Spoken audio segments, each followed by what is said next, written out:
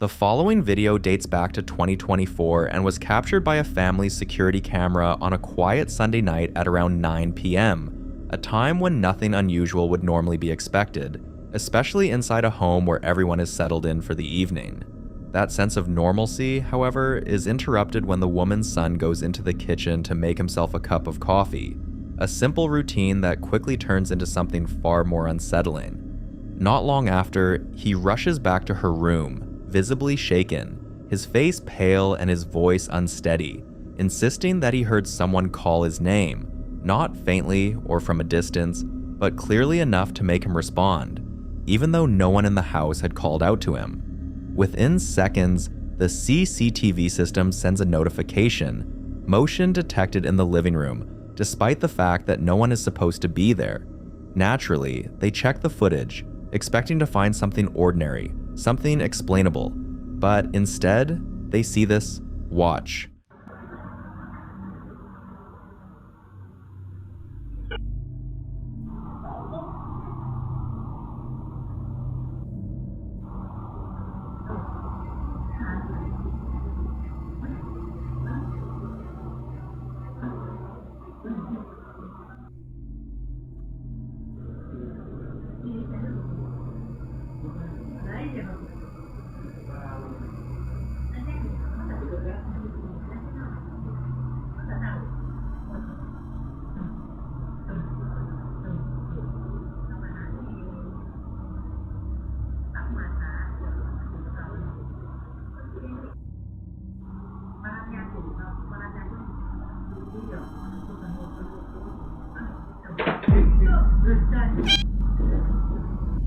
The camera itself begins to move, as though it is tracking something.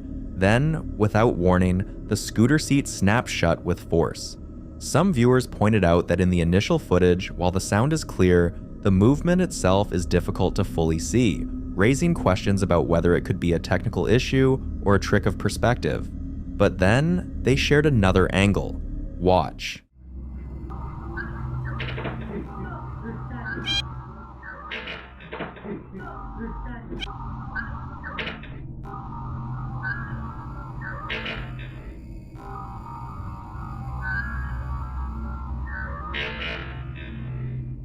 This time, the movement becomes harder to dismiss, reinforcing the idea that something is interacting with the environment. After this incident, the family decides to bless the house, taking steps to cleanse the space and restore a sense of safety. And for a while, it seems to work, as the disturbances stop and life returns to normal, or at least something close to it.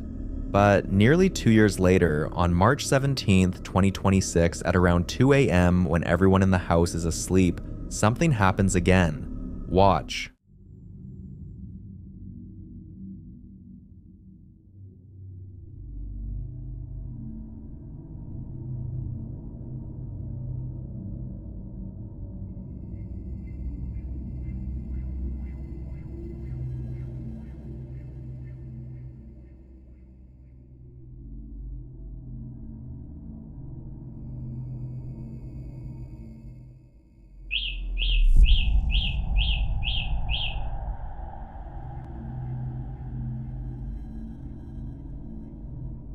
The bike was stationary and untouched, so how did this happen? The family is beginning to think that whatever may have been present before didn't fully leave, but instead remained dormant, quiet for a long period before making itself known again. Now the family is left questioning whether what they experienced years ago has returned, or whether there is another explanation that is yet to be uncovered. Because when something disappears and then reappears after such a long silence, it creates the unsettling possibility that it was never truly gone, only waiting for the right moment to be noticed again. But you be the judge.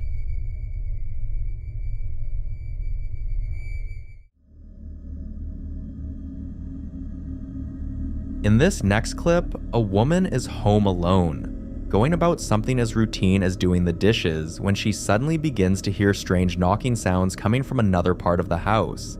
But when she looks around, everything appears normal. No movement and no sign of anyone being there. Still unsettled, she decides to take an extra step, setting up a camera in the living room before heading back to the kitchen, almost as if she anticipates that whatever made the noise might happen again, but this time she wants proof. A few minutes later, the camera captures this. Watch. Okay, I'm so crazy, right? Here you go. Baby is terrified. Hold on.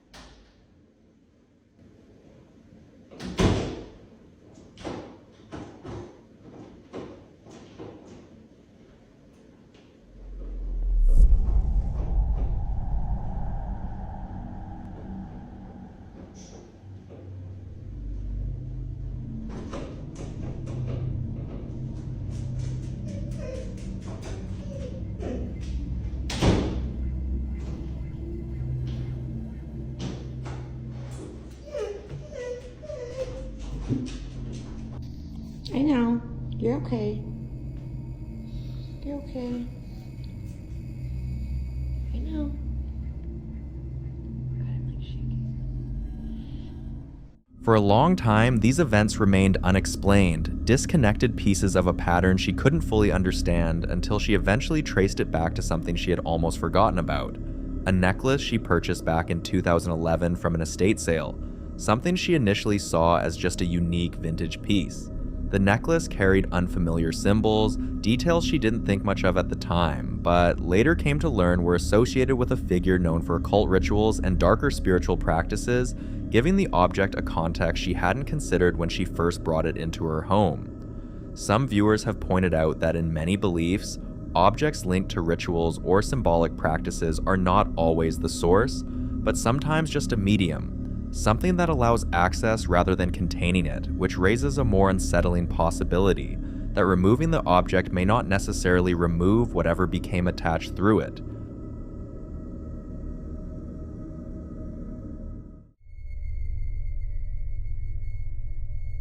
Now, in this next video, a family documents a series of escalating events inside their home, compiling multiple incidents over time to show just how far things have progressed. And what stands out immediately is not just the activity itself, but the pattern, because each new experience appears more intense than the last, as though whatever is behind it is becoming more comfortable, more direct, and far less subtle in how it makes its presence known. Have a look.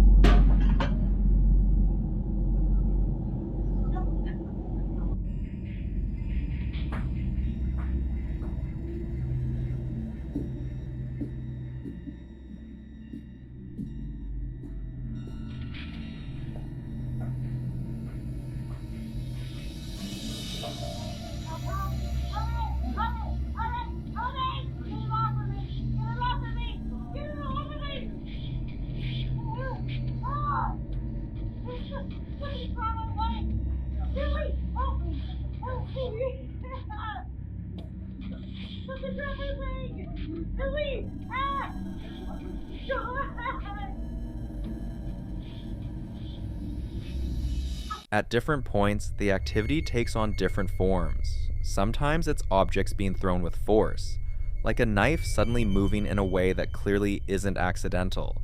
Other times, it's voices echoing through the house when no one is speaking, or lights behaving unpredictably, flickering or reacting without any clear electrical cause. Viewers believe this may not be a simple haunting, but something more aggressive, like a demon. And this raises a deeper question. How do demons find their way into homes?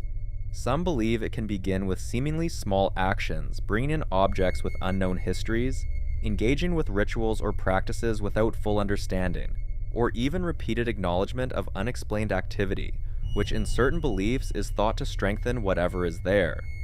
Others suggest that prolonged emotional stress or conflict within a space can create an environment that attracts or amplifies negative presence, turning the home itself into a place where that energy can settle and grow. So, whether you see this as something explainable or something far more serious, one thing becomes clear. Being mindful of what you bring into your space, what you engage with, and what you choose to ignore may matter more than it seems.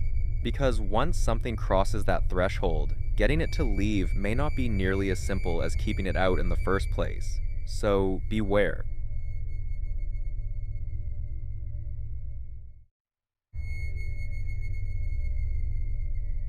A family who had just moved into a new apartment begins to notice small things that don't quite add up. The kind of details that are easy to brush off at first, but become harder to ignore the more often they happen.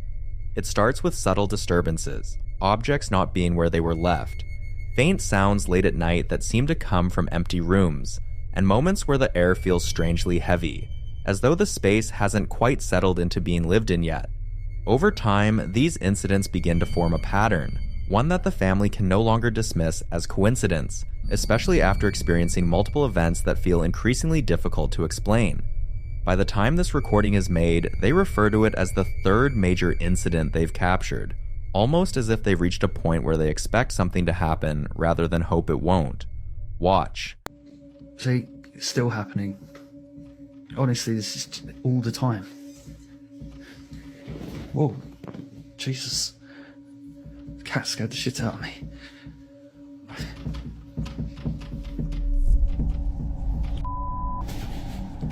Rory, you were really scaring the shit out of me.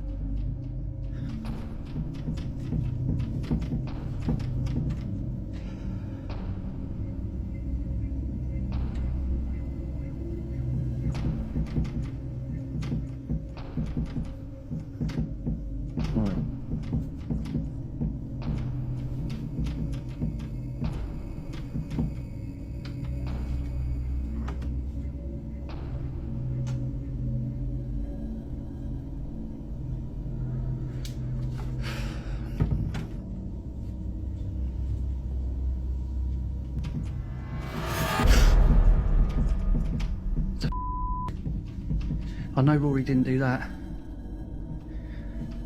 What the f*** is going on? What the f*** happened, Rory?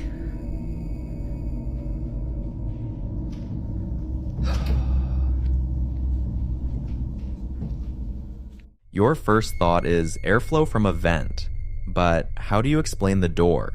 What adds to the tension is the fact that he was completely alone at the time, removing any immediate explanation tied to another person's presence. When activities begin shortly after moving into a new space, it may not be something newly introduced, but something that was already there, something tied to the environment rather than the people who now occupy it.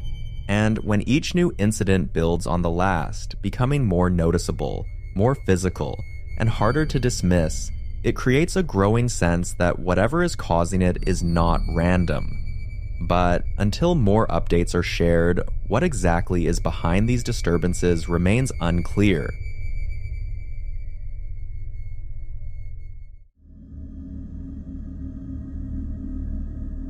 The following video is about a man named Jorge, who for some time has been dealing with recurring shadow figures and a series of deeply unsettling events that, at first, seemed limited to his surroundings.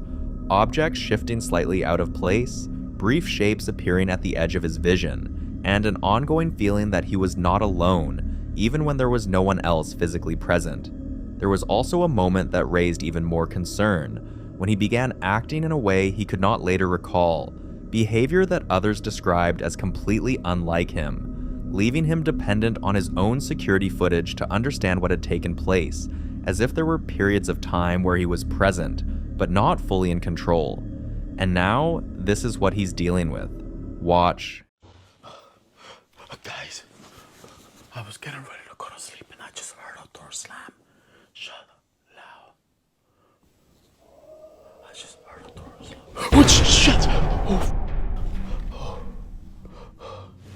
Oh no. Oh, somebody's there. Wait. In the name of the Son and the Holy Spirit, I ask every demon, I command every demon to leave the house right now. I command in the name of the Father, Son, and the Holy Spirit, leave the house now. In the name of the Father, Son, and the Holy Spirit, I ask you to leave this house now. In the name of the Father, Son, and the Holy Spirit. In the name of the Father, Son, and the Holy Spirit. You are not welcome in this home. You are not welcome on this home. This is the house of... There's those doors slamming and people screaming.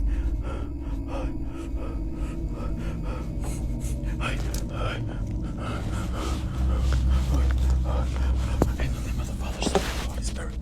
In the name of the Father, Son, and the Holy Spirit.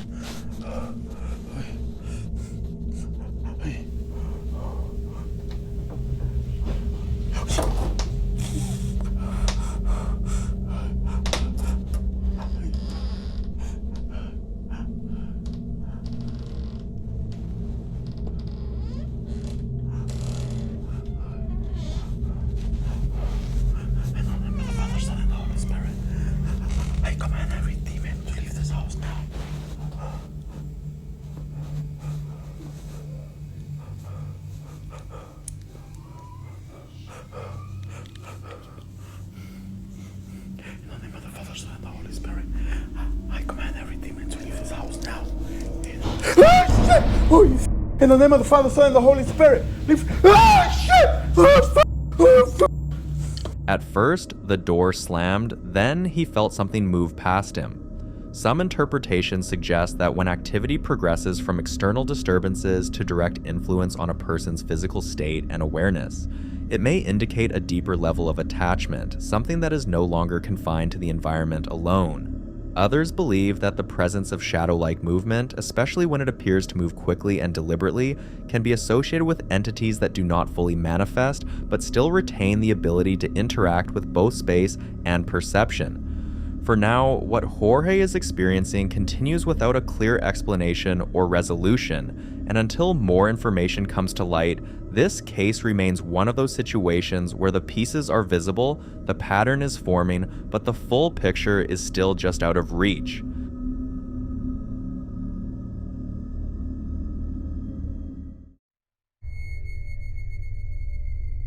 Now this next video was captured by Jennifer, who owns a beautiful historic home dating all the way back to 1907, a place filled with carefully preserved antique pieces, some of which date even earlier to around 1903, giving the house a sense of history that feels both rich and, at times, a little too present. At first glance, everything about the home appears warm and inviting, the kind of place that reflects elegance and character rather than anything unsettling. However, after speaking with a local historian, Jennifer learned something that added a different layer to that history, that when the house was first built, there were no nearby hospitals, and as a result, it is believed that at least 4 people passed away inside the home itself, a detail that, while not unusual for the time period, begins to take on a different meaning when paired with what she starts experiencing. On this particular day, while cleaning the second floor, she begins to hear something. Listen closely. Hearing some noises upstairs. Emily went home. I'm cleaning. I usually clean on Saturdays. I feel like when I clean, hear that. Then I hear noises upstairs.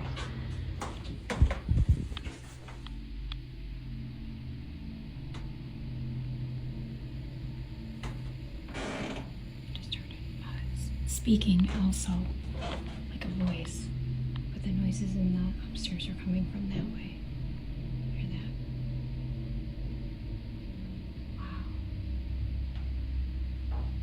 Good, I really hope they're cleaning because I could use some help. It's crazy. It's like I hear like a broom being dragged by, or just housekeeper shuffling or something.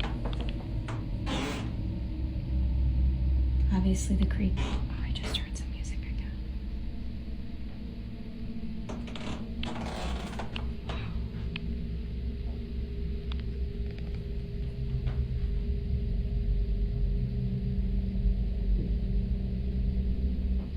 Before jumping to conclusions, there's a piece of the home's past that many believe could be connected to what's happening.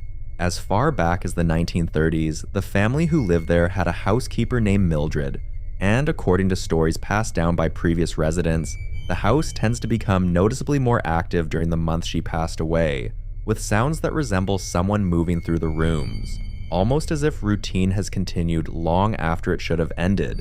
To this day, the house remains a place filled with both history and unanswered questions, and whatever presence may still linger within its walls remains a mystery.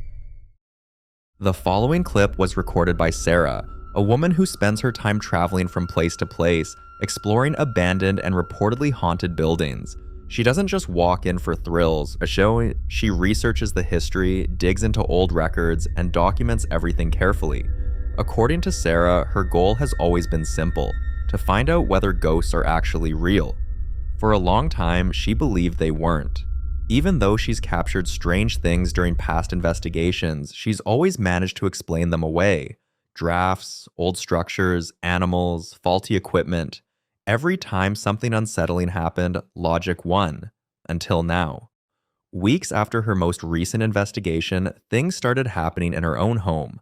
Growling sounds that don't belong to any animal she owns, loud bangs that echo through the house with no clear source, and then the footsteps. Heavy, deliberate sounds coming from her loft, like someone pacing back and forth. Almost every night around 1 a.m., Sarah wakes up suddenly, not from an alarm or from a dream, but from the same unmistakable sound. Watch. I think someone's in the loft. I don't know if you're going to hear this on camera. It is currently 1:21 a.m. This has been going off for a while. This has woke me up. I really hope you can hear this. I really hope you can hear this. I've had to put a little torch on because it's absolutely pitch black.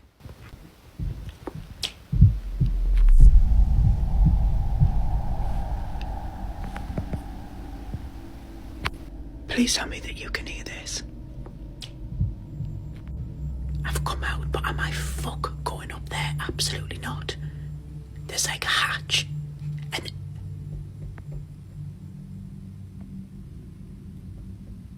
nah. What the?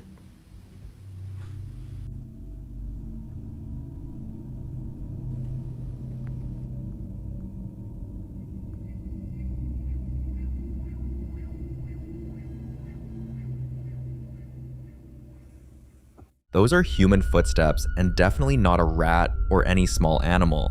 But it's not just the loft. Take a look. I've also had presents over Christmas. The same pile of presents, ironically, keep flinging themselves over. And then in my office, I've got like greenery here. These keep moving as if someone's playing with them. The presents I actually had piled up here and they flung over. I will insert a video right now. I don't know if I can catch this on camera, but these have like been making a noise. As if they're... Oh my Jesus Christ. By the way, that actually happened twice in this office, so I made a point of moving the presents from the office into the bedroom. It happened again in the bedroom, so the next night what I did was I unstacked the presents, laid them all down in a row in the bedroom, and I woke up in the middle of the night to what sounded like somebody opening the presents. I could physically hear somebody playing with the wrapping paper. I've also been waking up in the middle of the night to noises and also growls, like a full-blown growl. And I was sending a voice note to somebody and they heard the growl on the voice note. I also have a second phone, so I'm going to leave this lying around different places, recording different areas.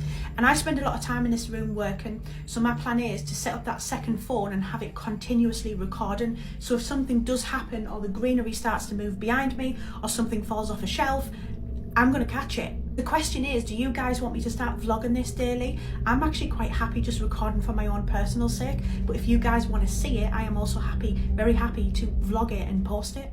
At this point, Sarah decides to stop dismissing what's happening and starts recording everything, documenting each incident as carefully as she once documented abandoned buildings. And that raises an uncomfortable possibility, one many paranormal investigators fear but rarely talk about. Sometimes it isn't about finding proof of ghosts, sometimes something finds you. Until Sarah shares more updates, what exactly is happening inside her house remains unsolved. But the idea that something may have followed her home from her last investigation is becoming harder and harder to ignore.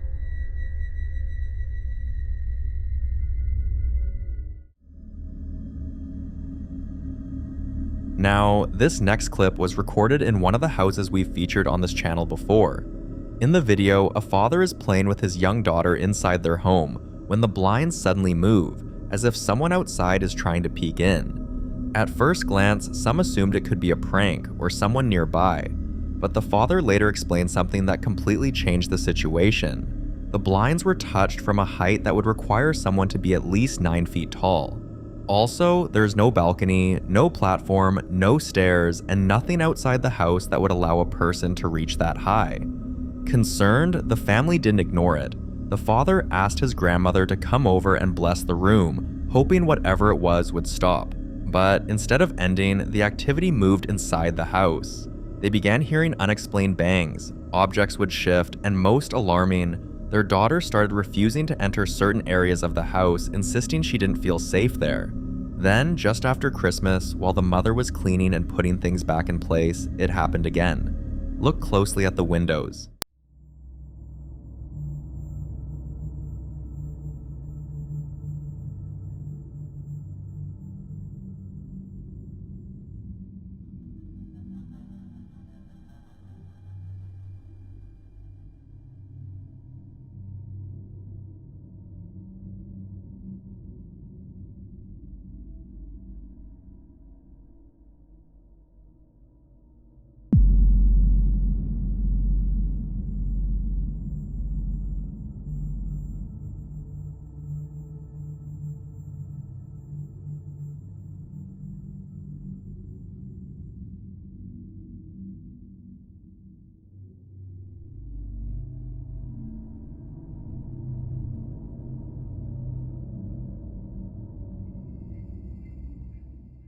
The window opens, slowly, the same way the blinds moved before, like something on the other side is trying to look in. And knowing the layout of the house, no one could reasonably say a person was outside.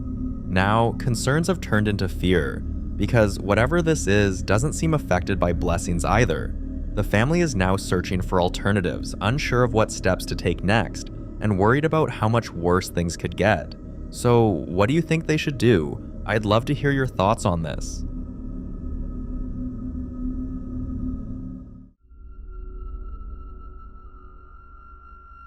In the following video, a guy shares what's been happening inside his house, and it all starts off in a way that feels almost harmless. On the very first day, he hears knocking coming from one of the walls and brushes it off as the house settling, maybe pipes shifting or the temperature changing. Nothing alarming enough to worry about. The second day, the sounds return, but this time it's scratching. Again, he tries to rationalize it, telling himself it could be mice in the walls or something crawling through the insulation. Still unsettling, but explainable, at least to him. But by the third day, whatever was happening stopped pretending to be subtle. Watch this. Llegó la tercera noche que no sé si escuchan ese ruido, pero estoy solo, ¿me entiendes? Estoy solo en la pieza y estoy solo en mi casa. O sea, no, boludo. No, amigo, no. No, boludo, se acaba de mover. ¿Qué? No, miren, para que vean que abajo no hay nadie, boludo. Posta. O sea, no estoy jodiendo ni nada. O sea, te juro que no hay nadie, estoy yo solo acá. People in the comments start pointing out something strange in the room, the empty chair. Many believe that placing an empty chair in a room can unintentionally act like an invitation, especially when it's positioned as if someone could sit there, and facing it toward a mirror only deepens the concern. In paranormal lore, mirrors are often believed to be gateways or amplifiers, reflecting more than just what we can see. Others mention how activity often escalates like this. Subtle signs first, then louder, more deliberate disturbances once whatever is present realizes it's being ignored. And what happens next seems to support that theory. Take a look. No sé qué pasa, boludo. Estoy en mi pieza queriendo dormir, boludo, y me tocan la puerta toda la noche, amigo. Son como las 1 de la mañana. No hay nada. No, amigo, ¿qué mierda es eso, boludo? ¿Qué mierda sos, la concha de tu madre? Boludo, no. Amigo, no hay nadie, boludo. No. De hoy se está escuchando esa mierda. ¿Qué? No, boludo, no. No, no, no, no, no, no, no, no, no, no, no, no, no, no. Encima voy a buscar la ventana, boludo. No hay nadie, amigo. O sea, no hay chance que haya salido alguien por acá, boludo.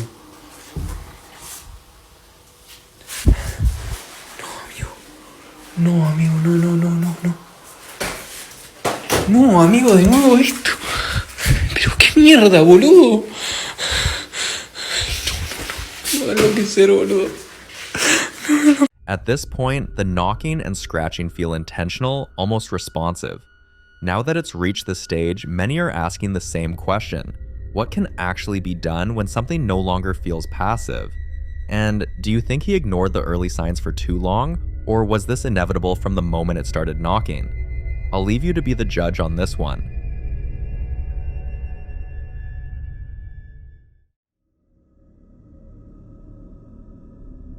In this next video, a man is lying in bed, relaxed and scrolling on his phone, when he suddenly hears something shift nearby. At first, he assumes it's a rat or maybe something falling over, so he instinctively turns on his camera, expecting to catch an animal darting across the floor. But that's not what happens. Watch closely. Loco, estaba durmiendo, me acaba de levantar, loco, estoy cagado de las patas. Fuera de joda me puse en alabanza, amigo. Estaba durmiendo y de ahí arriba... Mirá, boludo. No lo puedo creer. Necesito, boludo.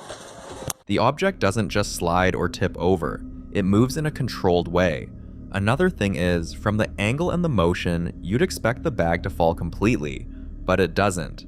It's almost as if something stops it mid-movement, like an unseen hand holding it in place. That moment alone was enough to unsettle him. After posting the clip, the man explains that this wasn't an isolated incident. Watch this. Loco, mira, 2:35 de la mañana, amigo. De vuelta este puto ropero, este pibe se me durmió, la concha, la lora. No puedo creer, loco, no puedo, te juro que no puedo dormir, mirá, loco, mirá. No te digo yo, no sea malo, loco. For days leading up to this, strange things had been happening around his home. His door has unlocked itself multiple times, the handle slowly turning as if someone on the other side was trying to come in. He's seen shadows that don't form full bodies, just faces lingering for a split second before disappearing. And at night, the sounds make it impossible for him to sleep, like something is always moving just out of view. Some believe this could be a case of something feeding off fear, gradually escalating its presence once it knows it's being noticed. Others suggest it may be a lingering presence tied to the house itself, only becoming active at night when everything is quiet. Whether it's psychological, environmental, or something far more disturbing, one thing is clear: whatever caused this isn't stopping, and until more updates are given, this remains a mystery.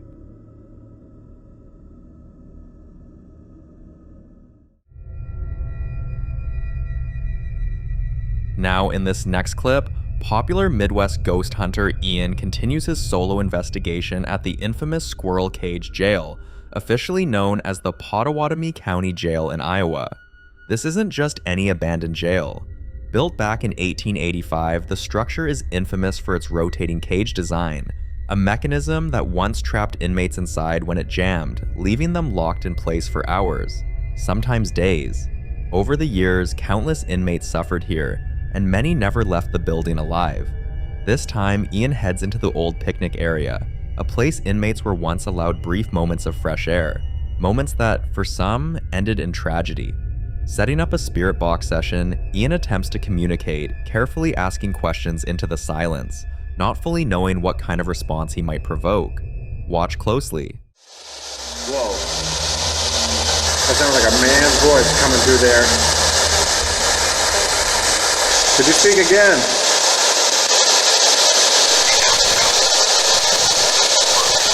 Whoa. It's hard to make out what's being said, but I'm definitely hearing someone talking. How many spirits haunt this jail? Whoa.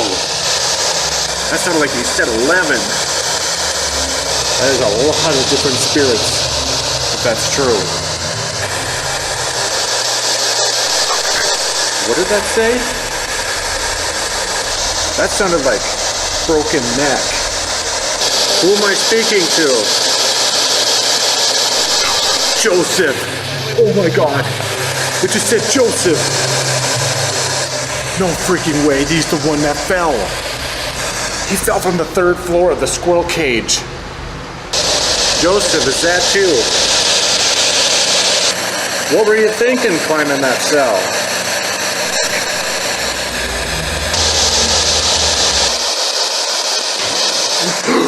Whoa! What was that?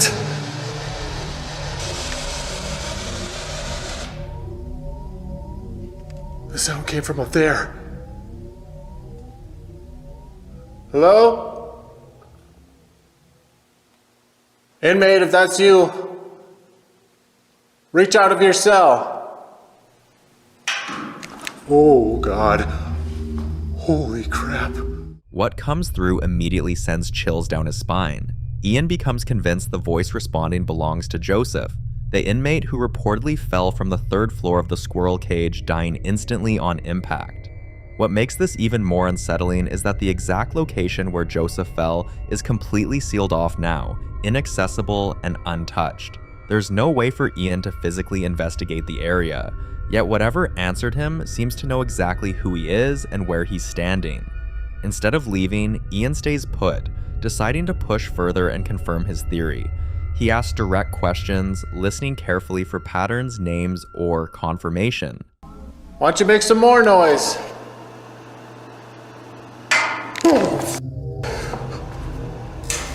Oh, that came from in here. Hello? That came from in this cell. I'm hearing noises everywhere. Was it you? Of course it wasn't. There's nobody in here. This jail is really starting to amp up right now. The responses only deepen the mystery. Whether it's Joseph reaching out, residual energy replaying a tragic moment, or something far darker using the story as a mask, Ian is no longer alone in that space, and the longer he stays, the more it feels like the jail is becoming aware of him being there. Places like the Squirrel Cage Jail aren't just abandoned buildings. They're pressure chambers of human suffering, fear, and loss. And when someone listens long enough, sometimes something listens back. For more haunting videos including Ian, subscribe to the channel now. The following clip was recorded by a team of paranormal investigators who decided to livestream their exploration of an abandoned house, allowing viewers to witness in real time what they described as one of the most aggressive environments they had ever entered, a place where silence never truly felt empty and every step seemed to disturb something that did not want to be found. Almost immediately after entering, the atmosphere inside the house felt heavy and unwelcoming. The kind of oppressive stillness investigators often associate with locations that have been abandoned for long periods. Places where memories, trauma, and emotional energy are believed to linger without interruption, slowly shaping the environment into something far more hostile over time.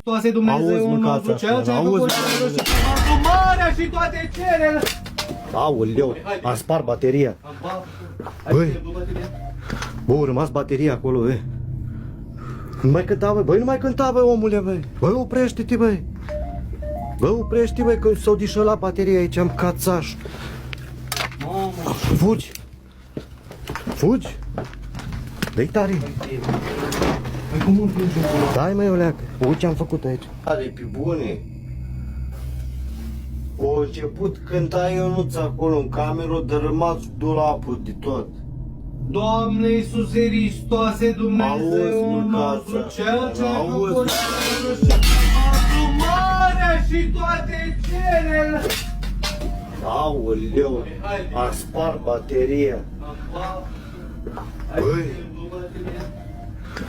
Objects inside the house suddenly begin scattering violently, shifting and falling with force in a way that makes it clear this is not the result of simple structural instability or natural movement, but something deliberate, something reacting to their presence as if disturbed by the intrusion. Many paranormal researchers believe abandoned buildings become ideal environments for darker entities, especially because they remain undisturbed for years, allowing whatever presence exists there to grow stronger without resistance, feeding off isolation, decay, and the absence of human activity, until the moment someone enters and disrupts that balance. But this was not the only time they captured something disturbing. During another live stream at a completely different abandoned house, the investigators experienced something that left both them and their viewers shaken. Watch. Da cu casetofonul ăsta mini, da cu dulapul mini. Oricare spirit te afla aici, oricare... Ce-a fost asta? Ce-a fost asta? S-a disfăcut sertarul în cava. Rească-mă Dumnezeu, dacă nu mai citesc o dată. Fai de cap, mă, dacă nu nebunesc. Uitați, uite spiritul cum trece pe aici, uite, uite. Da cu dulapul mini. Îți ordon, oricare spirit te afla, oricare... Fai de pula mea, gata. Ce-ai zis așa, mai? Nu, am stricat tot, gata. De ce ai zis să-i nu trebuia să zici? Vai de capul, o rup priză, o rup tot. Pleacă, gata. Ți-am zis să nu zici. Ai zis să te ia cu dulapul în tine, de ce ai zis? Fai de capul meu. Nu trebuia să zici. În fața mea, Ionuț. Hai de mine, nu trebuia să zici. Nu trebuia să cânt nicio aia. Pardon, oricare spirit te afla, oricare...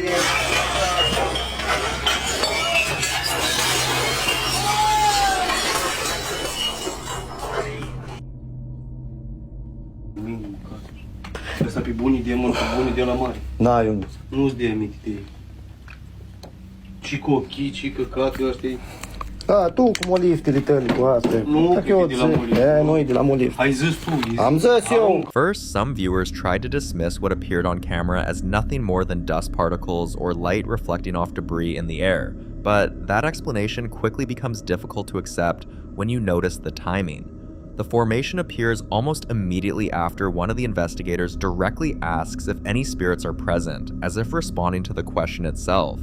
And then, only moments later, the shelf suddenly comes crashing down with force, violently collapsing in a way that suggests something far stronger than coincidence. Whatever was inside that house was strong enough to disrupt the environment, strong enough to respond, and strong enough to make it clear that it did not want them there. And encounters like this are exactly why investigators warn that some abandoned places are not empty at all, they are occupied. We can only hope that whatever was strong enough to cause that level of destruction never follows anyone home.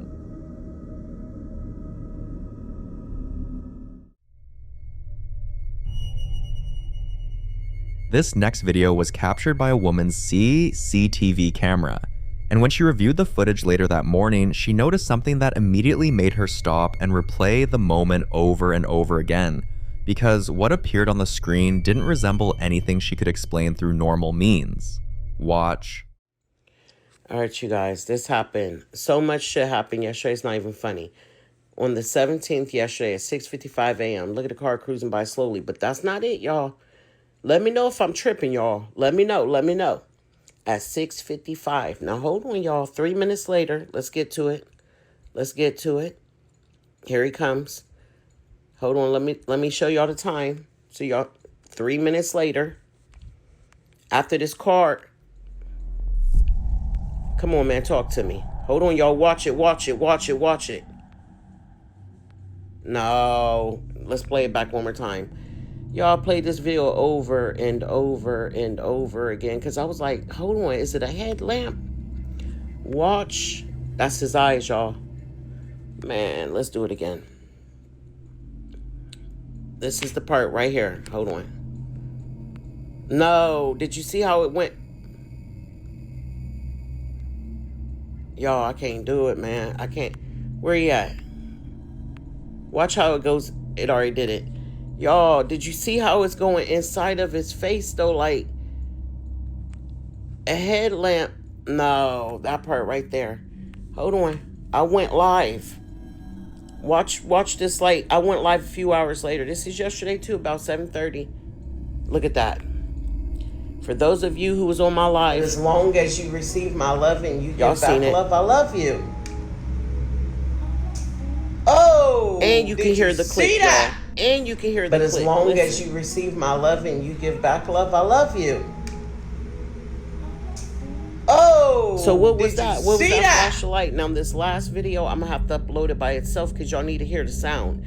This was also the 17th. This was at 10:30, about 10:30 p.m. same day.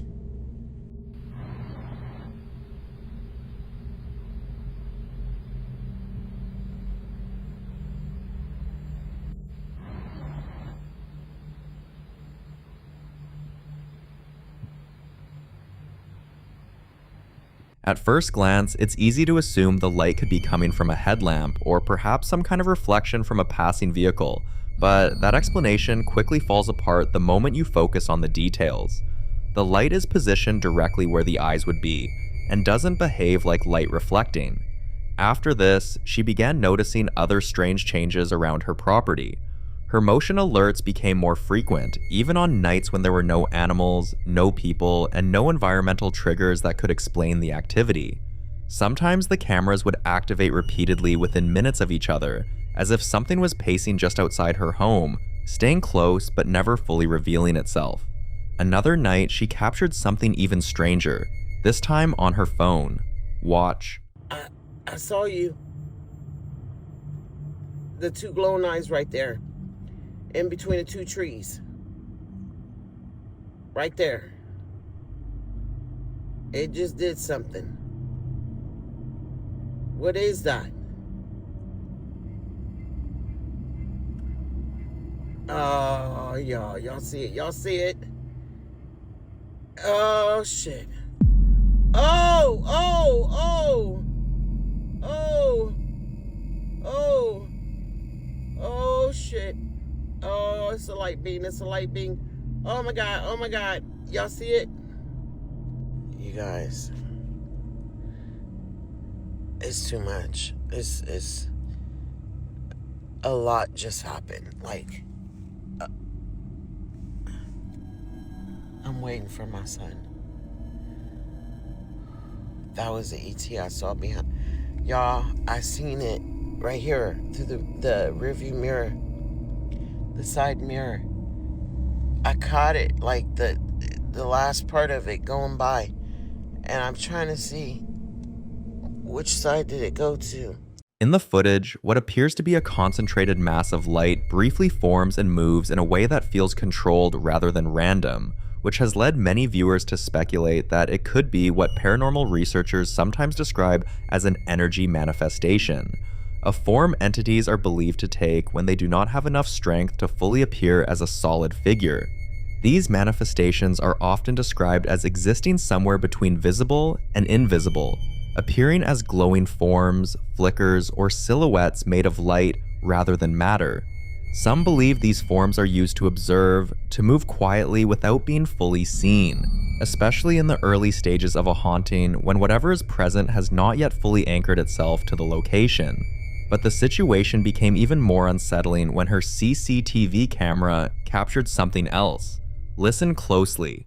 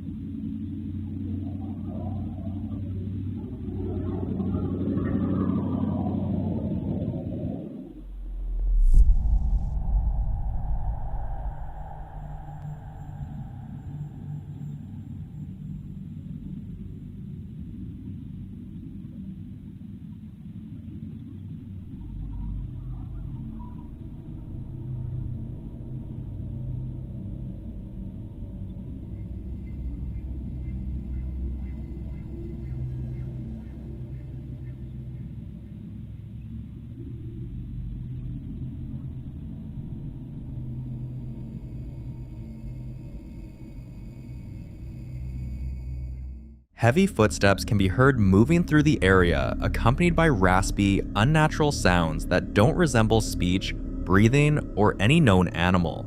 For weeks now, she says it feels like something has been watching her. Her cameras activate almost every night, and the activity always happens in patterns, never random, as if whatever it is knows exactly where she is and when she is most vulnerable. Also, she's been having nightmares, but there's one in particular that left her deeply shaken. She describes dreaming about Egypt, about standing alone while what looked like an army of dark figures rushed toward her. She remembers waking up not in her bed, but in her driveway, disoriented, with no memory of how she got there. Since then, she has also reported hearing tapping on her walls at night, faint at first, but persistent, sometimes moving from one side of the house to another, as if something is trying to find a way in.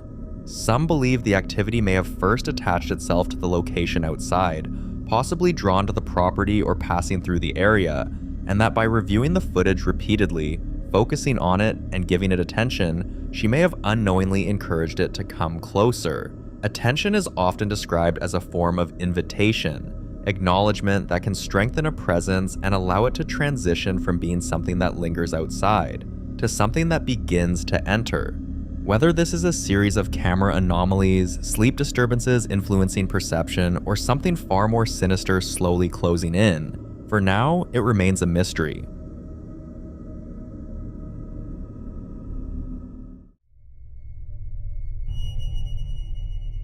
The following video comes from another haunted home, this one owned by a woman named Lauren, who says the activity inside her house has been escalating steadily over time, shifting from small, dismissible moments to patterns that feel intentional, calculated, and increasingly difficult to ignore. Before this particular night, Lauren had already documented multiple unsettling incidents. She discovered footprints appearing on her floors that didn't match the size or shape of anyone living in the house. Some smaller than an adult's, others oddly shaped, as if the impression was incomplete, like something tried to step into the physical world but didn't fully succeed. She has also described repeatedly seeing figures move at the edge of her vision, never directly in front of her, always just beyond clear sight, forcing her to question whether she imagined it, until it kept happening. There have been voices too, faint at first, almost blending into background noise, but clear enough that she knew they weren't coming from outside. Voices heard while she was completely alone. She has also watched objects shift subtly from where she left them, doors creak open after being firmly closed, and small items fall without any visible cause. Individually, each of these events could be explained away, but together, they form something far more disturbing. One night, just as Lauren was about to go to bed, she heard noises again, and instead of ignoring it, she reached for her phone and began recording. Watch. Having to go upstairs and check something because I just heard a noise.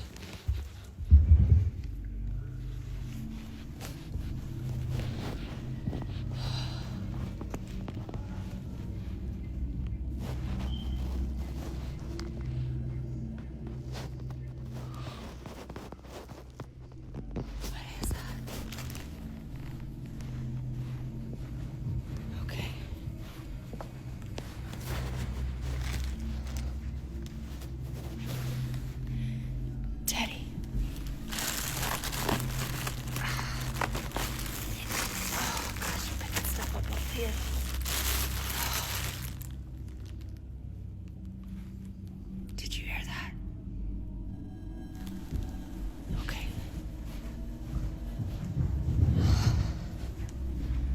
Okay, it's time to go back. Thought I heard something.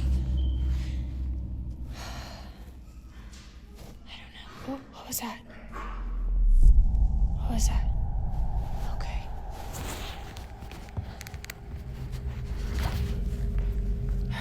If you listen closely, you can hear what sounds like children playing, and the unsettling part is that there are no children there.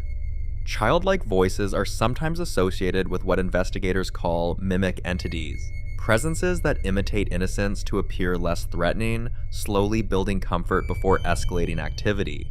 Others believe residual hauntings can replay fragments of past life, like recordings embedded into the structure of a house, looping moments that once happened there.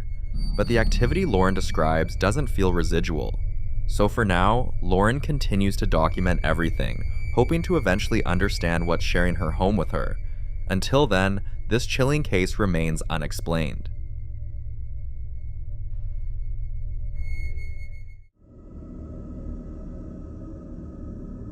Now, in this next video, a family claims they have been dealing with what they believe are mimics inside their home, and according to them, this wasn't the first strange incident. For months leading up to this night, they had reported hearing their names being called from empty rooms, footsteps pacing upstairs when no one was there, and doors opening shortly after they were shut.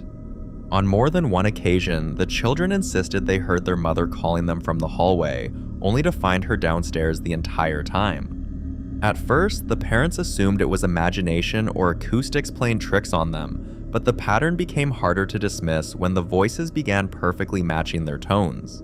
One night, the father was still at work when something deeply unsettling happened. Watch.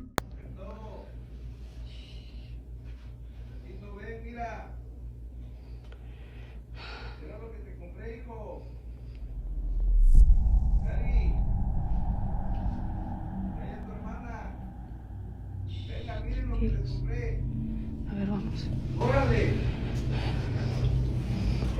Ya saben que no es papá, ¿eh? Ya saben que no es papá. Tranquilos.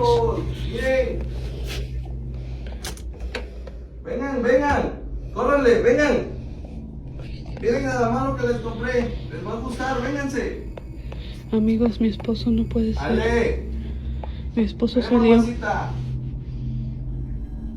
Ven, Alexa. Ven, mamá. Mira lo que te compré, hija. Mi esposo no es, amigos. Mi esposo Ven, no mi es. niña. Ven, corazón. ¡Chamacos! Mamá, ese no es mi ¡Chamacos! No, mi amor, ya Mamá, sé. cierra. ¡Vengan! Tranquilos. ¡Vengan! In the recording, a voice can be heard clearly calling out from inside the house. It sounds exactly like the father, but when the wife immediately messages her husband to ask why he's calling out instead of simply coming inside, his reply sends a chill through her. He's still at work, and even if he had arrived, there would be no reason to stand downstairs repeatedly calling their names instead of walking in and greeting them like he always does. Mimic entities are considered especially disturbing because they do not simply produce random noises. They imitate. They study, they replicate voices with precision, often targeting close family members to create confusion and draw someone toward the sound. Some believe these entities feed on reaction and fear, growing bolder the more attention they receive. Others warn that responding directly to a mimic, especially by calling back or searching for it, can escalate activity. But what do you think? An elaborate audio illusion, a psychological misinterpretation, or something far darker? You decide.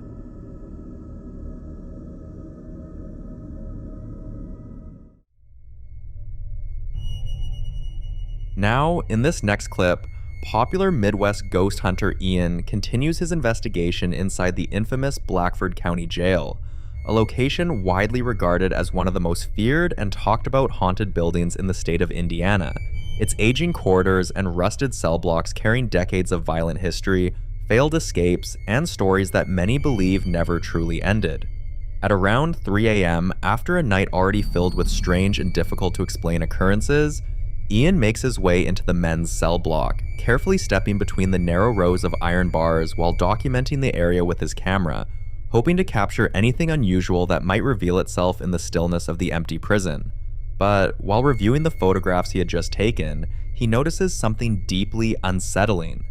Staring back at him from inside one of the cells are what appear to be a pair of eyes, clearly visible through the bars, fixed directly in his direction despite the fact that he is completely alone inside the building.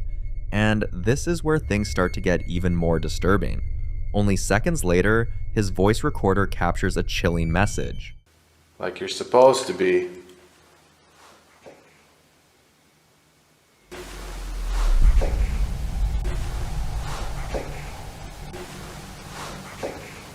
At the time, Ian doesn't fully understand the meaning behind the words or the danger they may represent, but what happens next makes it clear that whatever is present inside the cell block is not passive and not willing to be ignored. Moments later, this happened.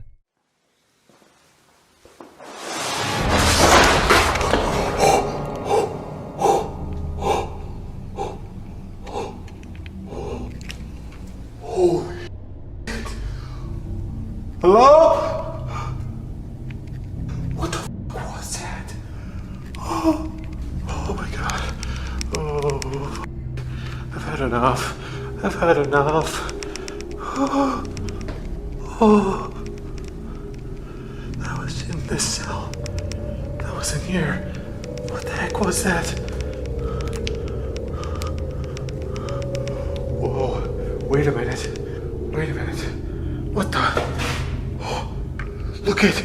Dude, holy shit. Something fucking just destroyed that cell. Without warning, the mattress resting on one of the cots suddenly lifts into the air with enough force to separate from the metal frame, before violently slamming back down onto the bed. Although he didn't capture the movement on camera, the sound alone is enough to confirm that something happened in that room. Despite the fear and despite every instinct telling him to leave, Ian chose to stay, holding on to the promise he had made to himself long ago, that this time he would not run. For more haunting videos including Ian, subscribe to the channel now. The following video is about Nate, a man who still hasn't been able to figure out what exactly he's dealing with or how to stop it. Over time, the activity in his house has gone from unsettling to genuinely alarming. He's been waking up with unexplained scratches on his body and hears footsteps moving through the house when no one else is there. One morning, after finishing his workout and preparing breakfast, he started hearing a clicking sound. At first, he assumed it was the TV, maybe even the heat vent, but after listening more closely, he realized the sound was coming from the kitchen. It sounded exactly like a stove burner clicking, the noise it makes right before igniting. Concerned it could be a gas issue, Nate rushed into the kitchen to check, and that's when this happened. Watch. The pan is still on the stove, still warm. All the burners are off.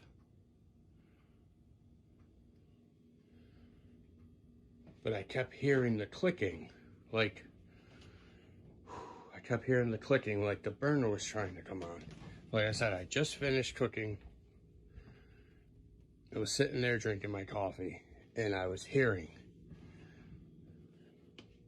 And it sounded like it was... Go.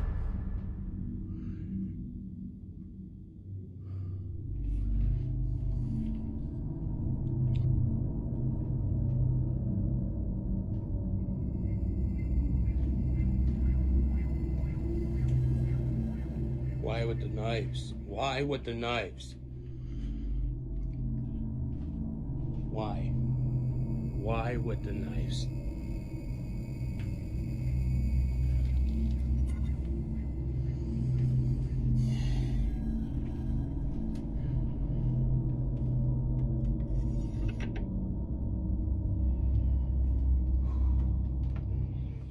The clicking sound alone was disturbing, because this was the first time it had ever happened.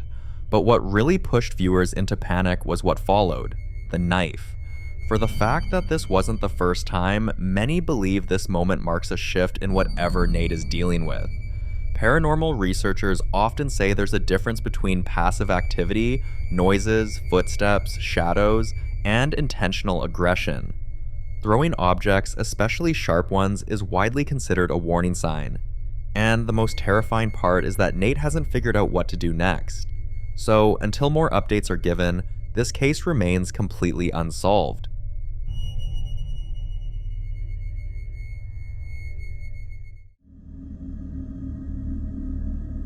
This next video was captured by a home security camera. Around 2 a.m., the homeowners received a motion alert and decided to check the footage, expecting maybe an animal or someone passing by. But what they saw left them shaken. Watch.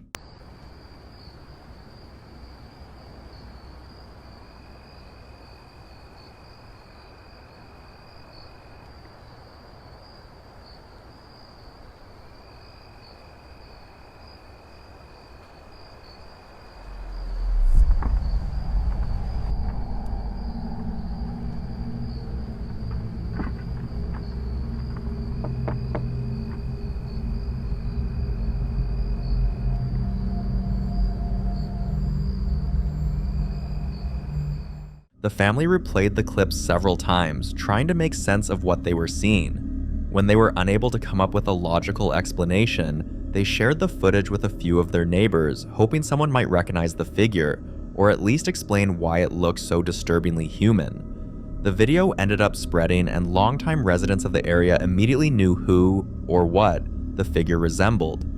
According to locals, the apparition looked strikingly similar to a woman who died in a car accident near that very stretch of road back in 1948. For decades, people who've lived in the area have quietly shared stories about a woman seen walking late at night, appearing briefly, then vanishing without a sound. Some believe spirits tied to sudden deaths don't realize they're gone, repeating the same path night after night. Others think certain locations become imprinted with trauma, replaying fragments of the past like a broken recording. What makes this even more unsettling is that the family who captured this footage had only recently moved in. They had no knowledge of the area's history, no stories passed down, no warnings. So for now, all anyone can hope is that appearing and disappearing in the dead of night is all she ever does.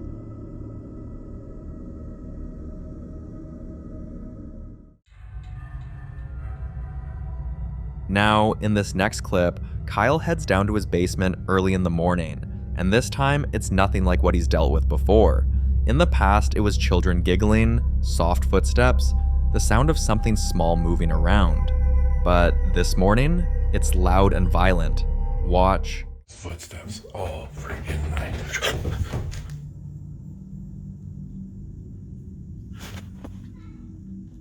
Who's knocking on my basement door?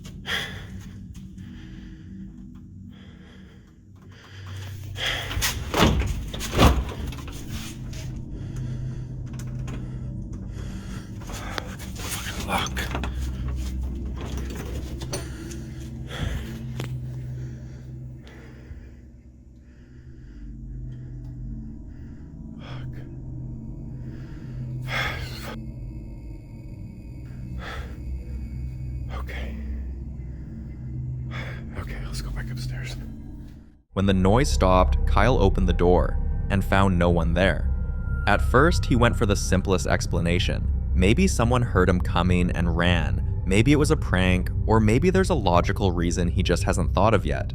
But that theory falls apart almost immediately. Outside, the ground is covered in fresh snow. If anyone had been down there, child or adult, there should have been footprints leading away from the house, but there were none. Whatever was by the door didn't leave the way a physical person would, or maybe it didn't need to leave in the first place, because it's in the house just changing how it manifests. Some believe this suggests the activity is evolving, because it once sounded playful, now it feels aggressive. For Kyle, this isn't just another strange moment to shrug off, it's another unanswered question in a situation that keeps escalating, and becoming harder to explain. So until more updates are shared, this one remains unsolved.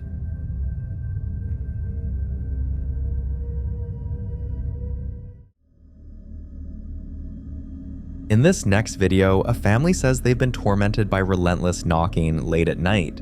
Sometimes it's light, other times it turns into aggressive banging on the front door, loud enough to send the children into tears. The father has tried everything he knows, cleansing the house, daily prayers, asking for protection, and each time it works, but only temporarily. One night they woke up again, but this time it wasn't knocking that pulled them out of sleep. Listen closely. Sí, pero... No. Pero no es... No. Ya sabes que no es la niña, ya sabes que no es la niña, ya no vas a ir aquí. Ya sabes que no es la niña. Pues espérate.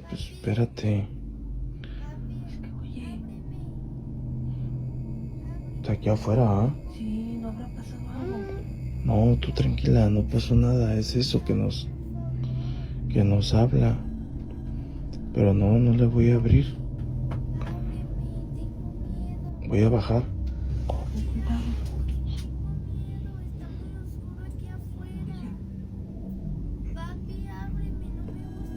No mames, güey.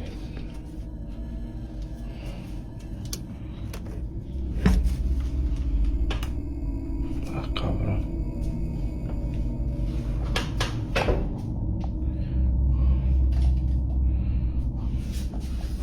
Miren, amigos, no hay nadie.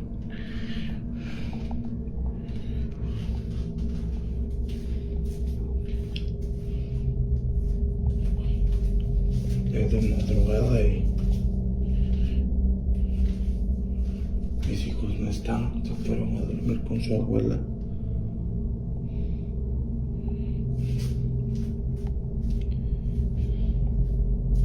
No hay absolutamente nadie.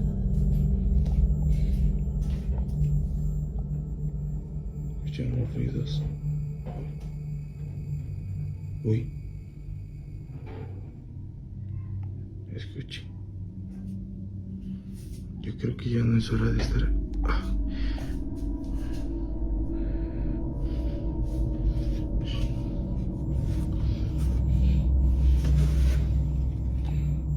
Se escuchó aquí.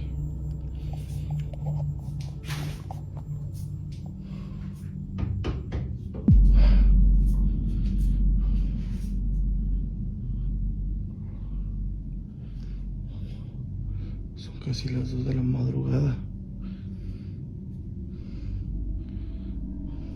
Ya les mostré.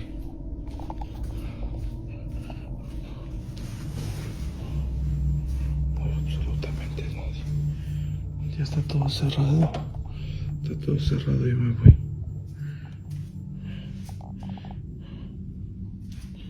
What immediately unsettled viewers is that the voices being heard sound like a girl, yet the kids in the house who are old enough to speak weren't even home that night.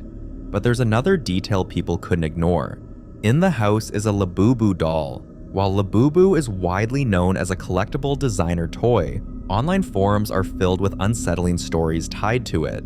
Some owners claim their dolls move slightly when no one is around. Others report unexplained knocking, whispering, or a sudden shift in atmosphere after bringing one into their home. A few even say activity escalated after prayers or cleansing, a detail that eerily mirrors this family's experience. Skeptics argue the doll is just a coincidence, a harmless object becoming a focal point because fear needs something tangible to attach to. But others believe objects don't have to cause paranormal activity to become anchors for it, especially in homes where something already seems to be present. What makes this case disturbing is the pattern. The knocking stops after cleansing, then returns, the voices mimic children who aren't there, and whatever is happening doesn't seem driven away, just temporarily pushed back. So is the doll acting as a trigger? Or is this something entirely unrelated, using familiar sounds to provoke fear? I'll leave you to be the judge on this one.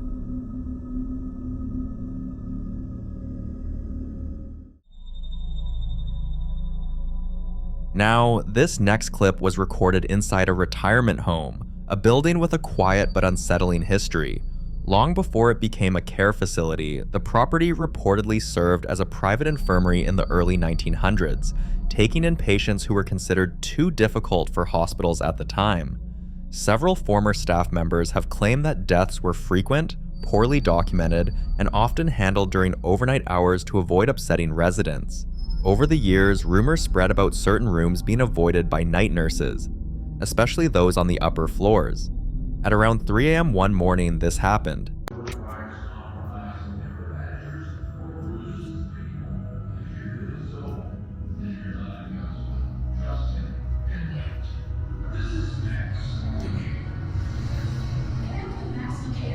Oh, I know where that's at.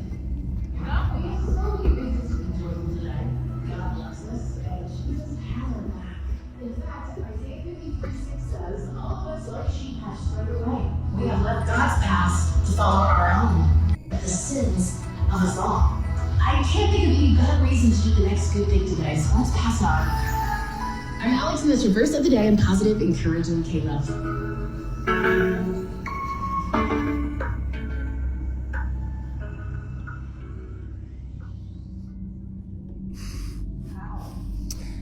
We work with a lot of dead people.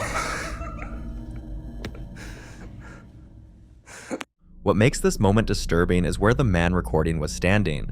Before the radio started blaring, he was directly below the room and didn't hear a single footstep above him. So, who turned it on? At first, staff tried to brush it off as a one-time glitch, but about an hour later, it happened again. Dude, no. 'Cause no.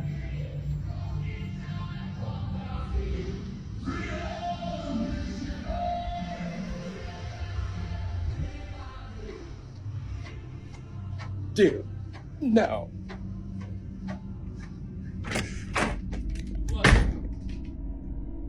Oh, hell no. It turned on again? You're lying.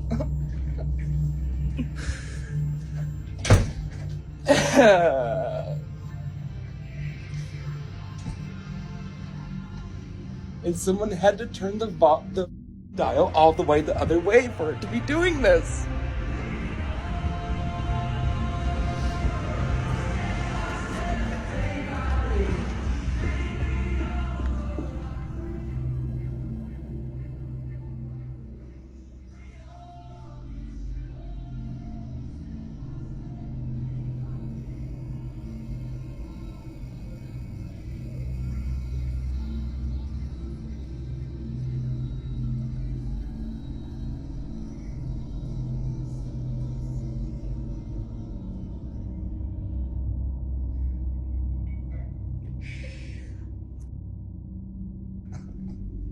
I don't know what's going on. Again this time, there were no signs of anyone entering or leaving the room. Months later, after a string of more subtle occurrences, doors found unlocked, lights switched on in empty rooms, the faint sound of movement in halls long after residents were asleep, the man experienced something far more unsettling. Listen closely. I am hearing shit.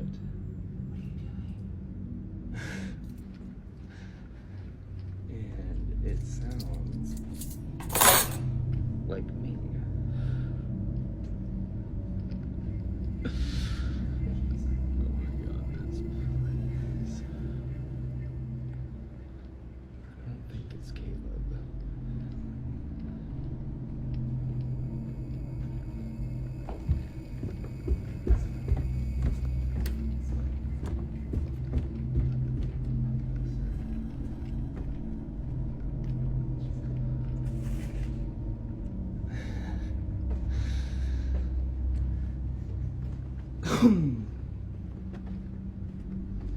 Hello.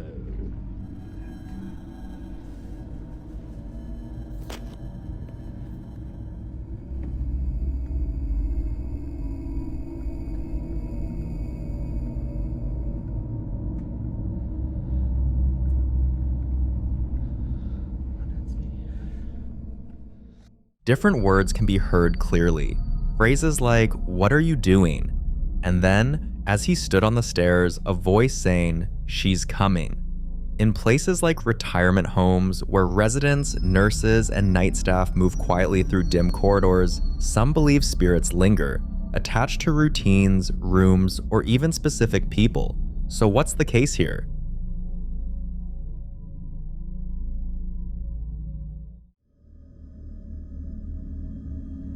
Now in this next clip, popular Midwest ghost hunter Ian continues his investigation inside the infamous Boyd house. His next stop was the children's room, a space filled with old, unsettling dolls. The last time Ian was here, this section of the house left him more shaken than any other. This time, he carefully scanned the room, trying to see if anything or anyone was present.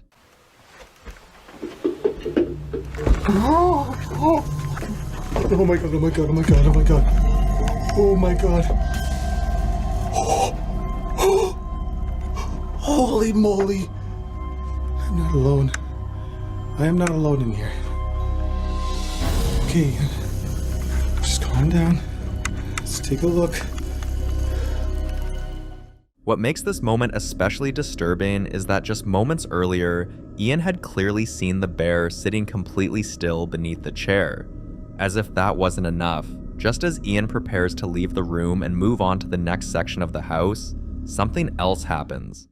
Look in that room with the cursed painting again. I don't know.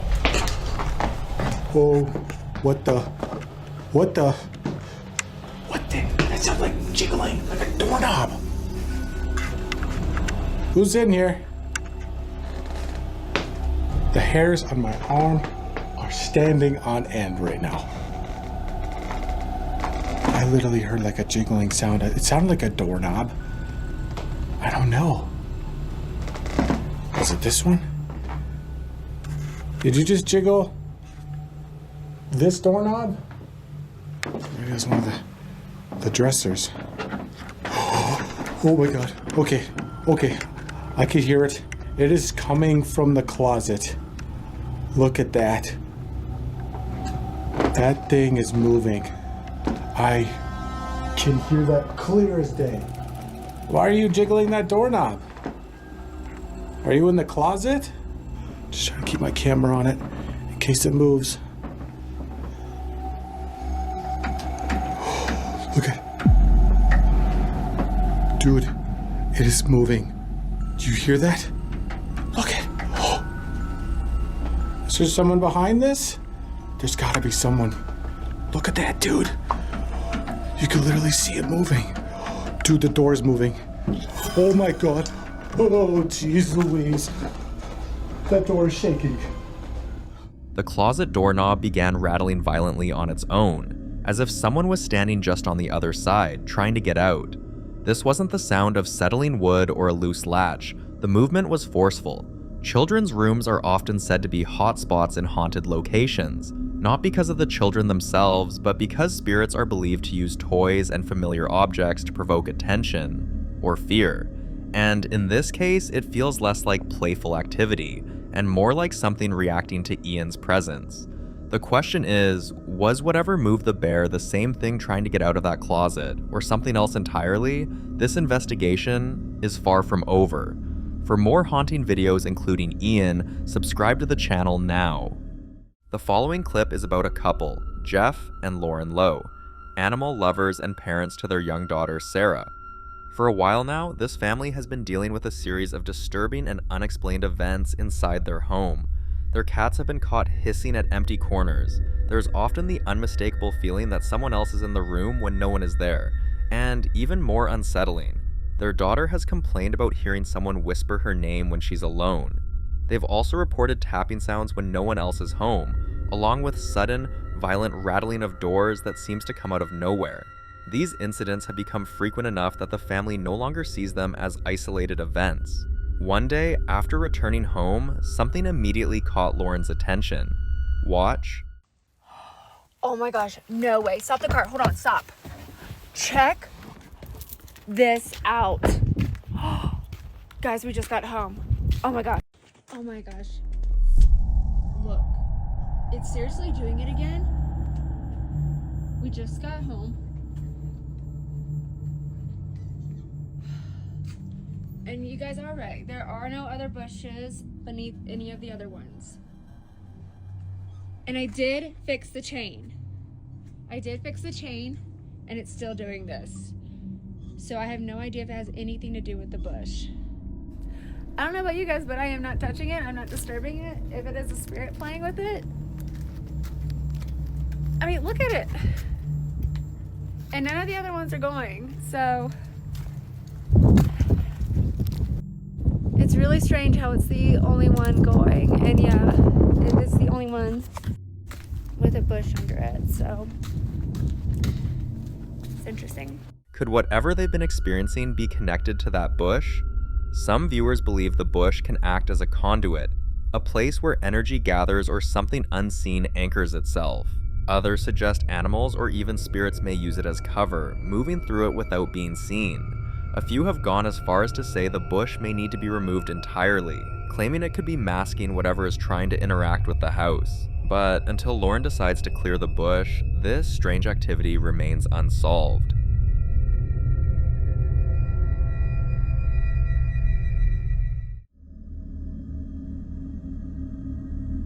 This next clip comes from a woman you might recognize from previous videos, the same one who bought a Chevy truck that her dog Titus refused to go near. At the time, people brushed it off as a strange quirk. Titus would grunt, sniff the air, and completely refuse to enter the vehicle, no matter how much encouragement he got. Now, he's acting strange again, but this time it's not the truck. It's something inside the house. Watch.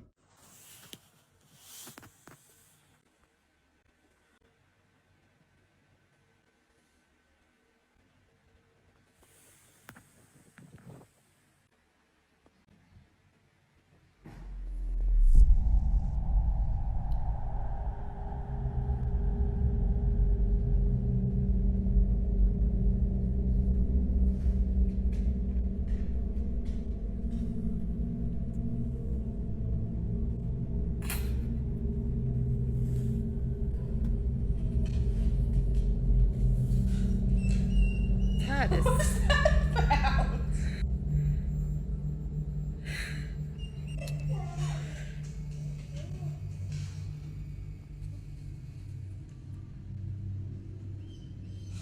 What? What's wrong? anything? Taz, what is that? Titus is visibly uneasy in the living room, focusing on one specific area as if something invisible has his attention. Some viewers suggested installing a carbon monoxide detector, thinking the dog might be sensing something coming from the fireplace. Others blamed mice. But according to the woman, whenever there's a mouse in the house, the cat immediately goes into hunting mode. This time, the cat wasn't acting like prey was nearby. Friends have advised her to contact a pet psychic, and she says that's her next step.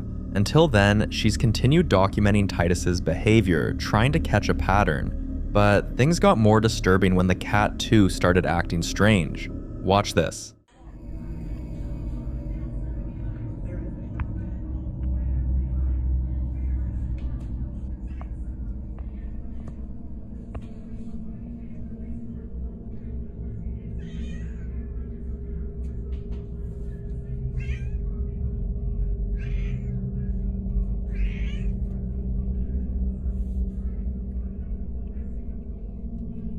You want to hear?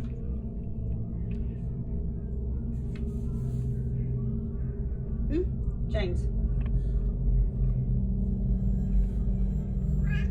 Why do you want to hear it?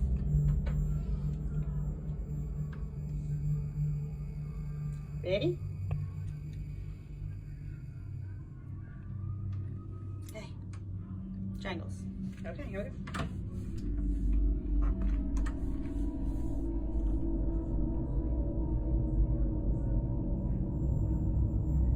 Okay, go on.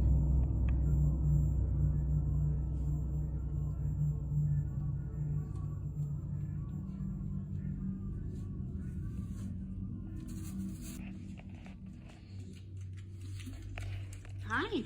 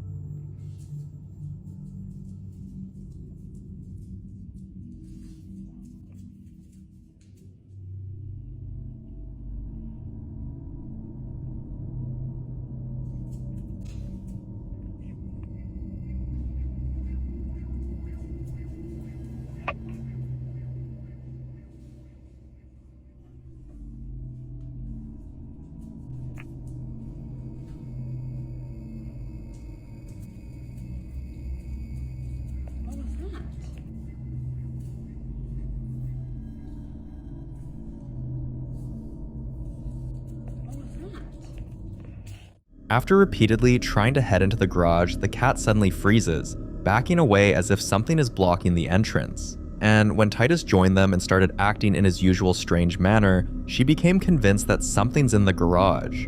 Garages are often described as transitional spaces, places between inside and outside. And in paranormal cases, they're frequently linked to unexplained noises, shadow movement, and animal reactions. Some believe they act as entry points, while others say residual energy can linger there unnoticed. So is there really something in her garage that only her pets can sense? Or is there an explanation everyone is missing? You decide.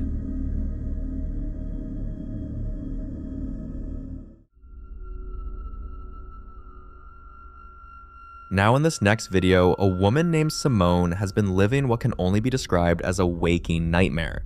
What makes her situation especially disturbing is that whatever is in her house can now open doors on its own. In many paranormal cases, this is considered a major turning point, an escalation that often leads to constant oppression, severe sleep deprivation, emotional breakdowns, and in some reports, even physical harm if nothing is done. Sadly, Simone says that's exactly what she's been experiencing.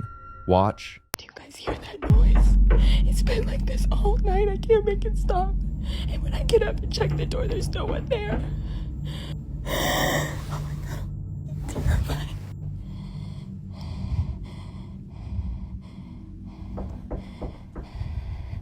Go away. Go away. I don't want to make it stop. I don't want to make them go away. Eventually, she works up the courage to open the door, only to find that no one is there. Many believe this is a bad sign because opening doors to unexplained knocking, especially at odd hours, is thought to be a form of acknowledgement. In folklore and paranormal belief, responding to these knocks is believed to grant whatever is present permission to move closer, cross boundaries, or increase its activity. And after that moment, things did escalate. One day, while Simone was home alone, she started hearing voices. Listen carefully.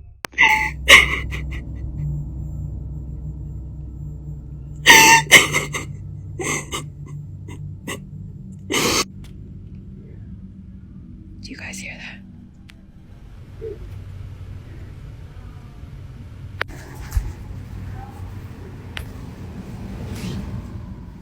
No one is home. My sister left for the whole weekend.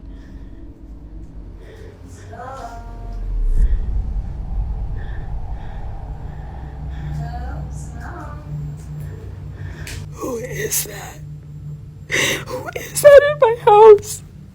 For those who doubt that mimics exist, this is where the story becomes even more unsettling. Simone says the voices sounded exactly like people she knows, loved ones who were nowhere near her at the time. Mimic entities are often described as using familiar voices to create trust, lower defenses, or lure people into responding. Just days after this clip, things got more intense. Whatever had been tormenting Simone inside her home no longer stayed confined there. It began following her outside. Watch this. I was walking back to my car in the parking garage, and I keep hearing my name. It's coming from the stairs, but I don't see anyone on the stairs. I've been up and down these stairs, and I don't see anyone.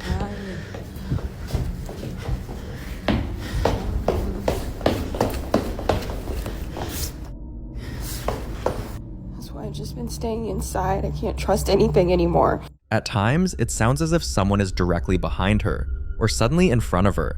The constant presence has left her terrified to even step outside, unsure of where it might appear next.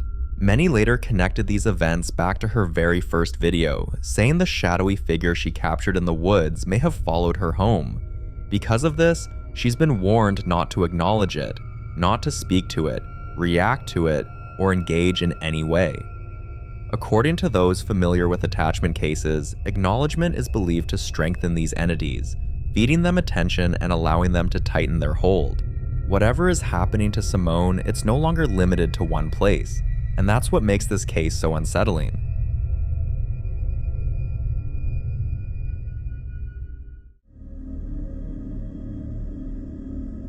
In this next video, a woman becomes convinced that something isn't right in her attic. And here's why. Watch closely. So I have this little room up in my attic, and I want to show you guys what I found in here. But first, look at this. I've been up here 2 times. I've lived in this house for 3 years, and I've been here. This will be my 2nd time. And I started doing some picking up, but that's my house down there.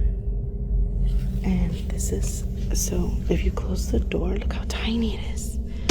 But look at the doorknob. It's literally a foot away from the ground. Look at that. Isn't that weird? Okay, so anyways, Let me just open that up real quick. I found this little guy up here. He has like a little thing to put batteries, which I'm going to try and see if it works. That'll be so cool, but it's so old and dusty. And I found him back here in this hole. I covered it back up because it's a little scary, but it's full of things.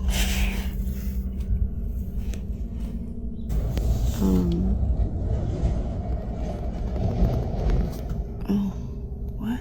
What was that?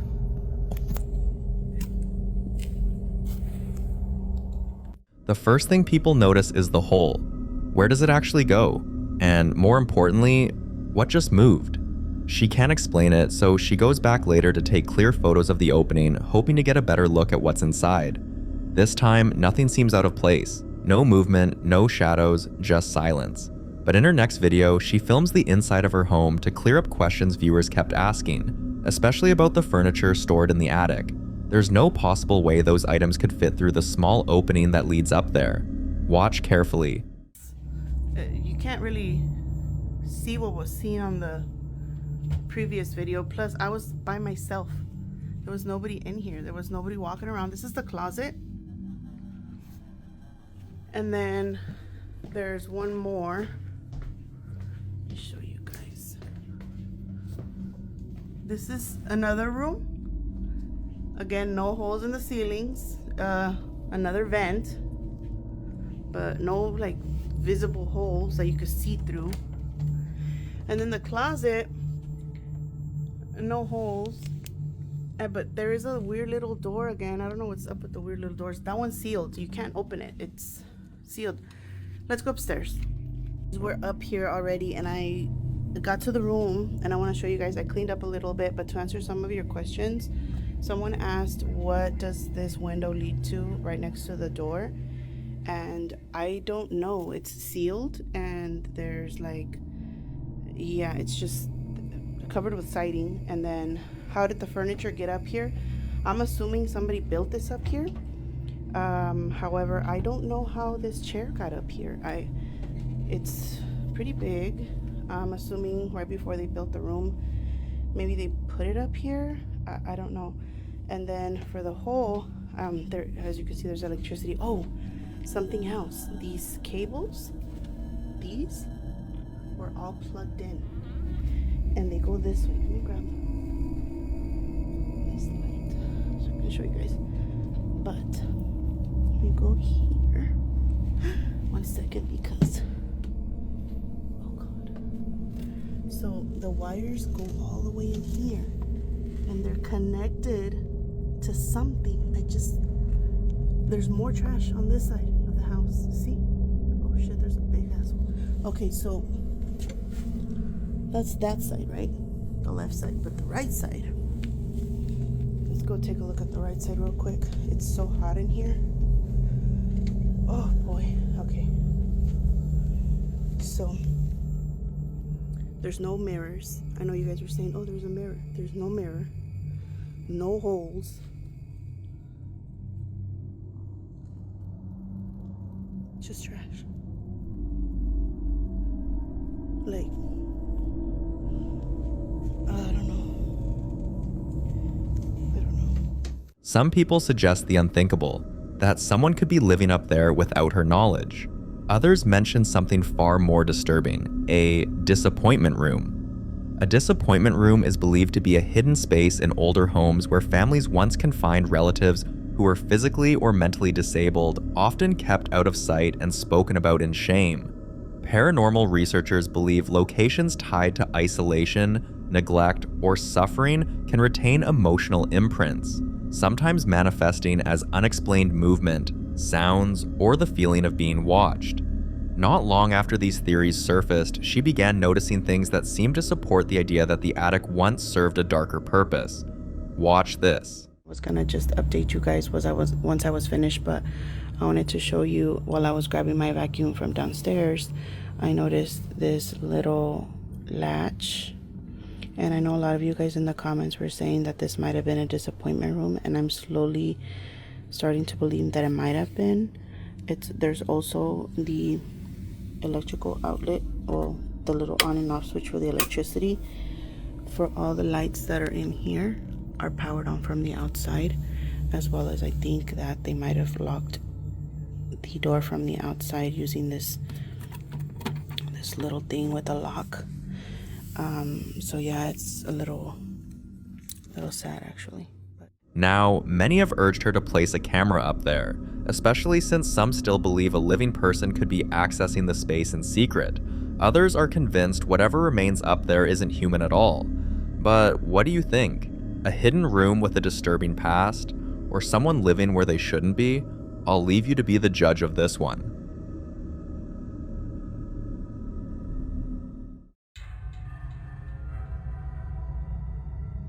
Now, in this next clip, popular Midwest ghost hunter Ian continues his solo investigation at the infamous Squirrel Cage Jail, officially known as the Pottawatomie County Jail in Iowa. And this isn't just any abandoned jail. Built back in 1885, the structure is infamous for its rotating cage design, a mechanism that was meant to move inmates from cell to cell, but often jammed, trapping prisoners inside for hours, sometimes even days, completely helpless. This time, Ian makes his way towards solitary confinement, one of the most feared areas of the jail. But before he even reaches it, something stops him in his tracks. Watch closely. This is where you'd go if you were acting a fool. Oh my gosh, look how creepy that looks. What the heck? I thought I heard something down there. Hello?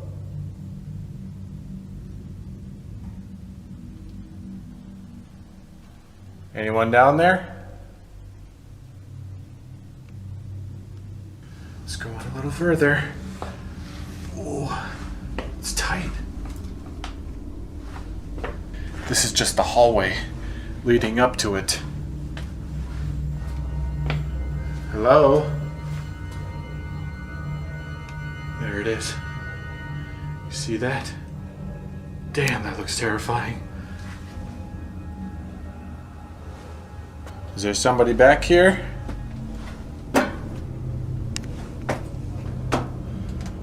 Look how small that is. That is literally your cell in solitary. You can't even sit in there. You'd have to stand. And to think that they would keep you in there for hours to even days. I mean, just imagine trying to sleep in a place like this. To see if whatever was there could interact, Ian pulls out his K2 meter and places it carefully on the cell door, asking simple questions and waiting for a response. Watch what happens next. If there's somebody in this cell, could you touch that green light? You just did it. Okay. Thank you. Could you touch it one more time? Holy crap. Okay, there's somebody in here. How did you end up in solitary? Did you fight somebody? Yes. Oh, guys, I'm getting goosebumps right now. I'm getting really creepy feelings. Is it okay that I'm back here?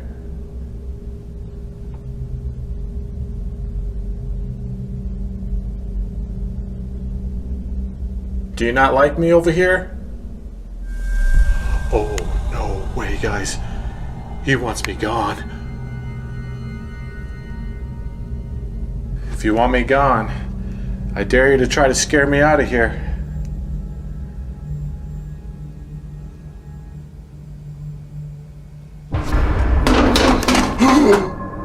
Holy shit!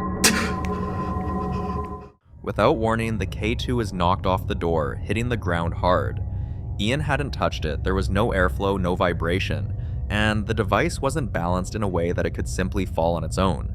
To many investigators, physical interaction like this is considered a major escalation, a sign that whatever is present isn't just passing through, it's reacting.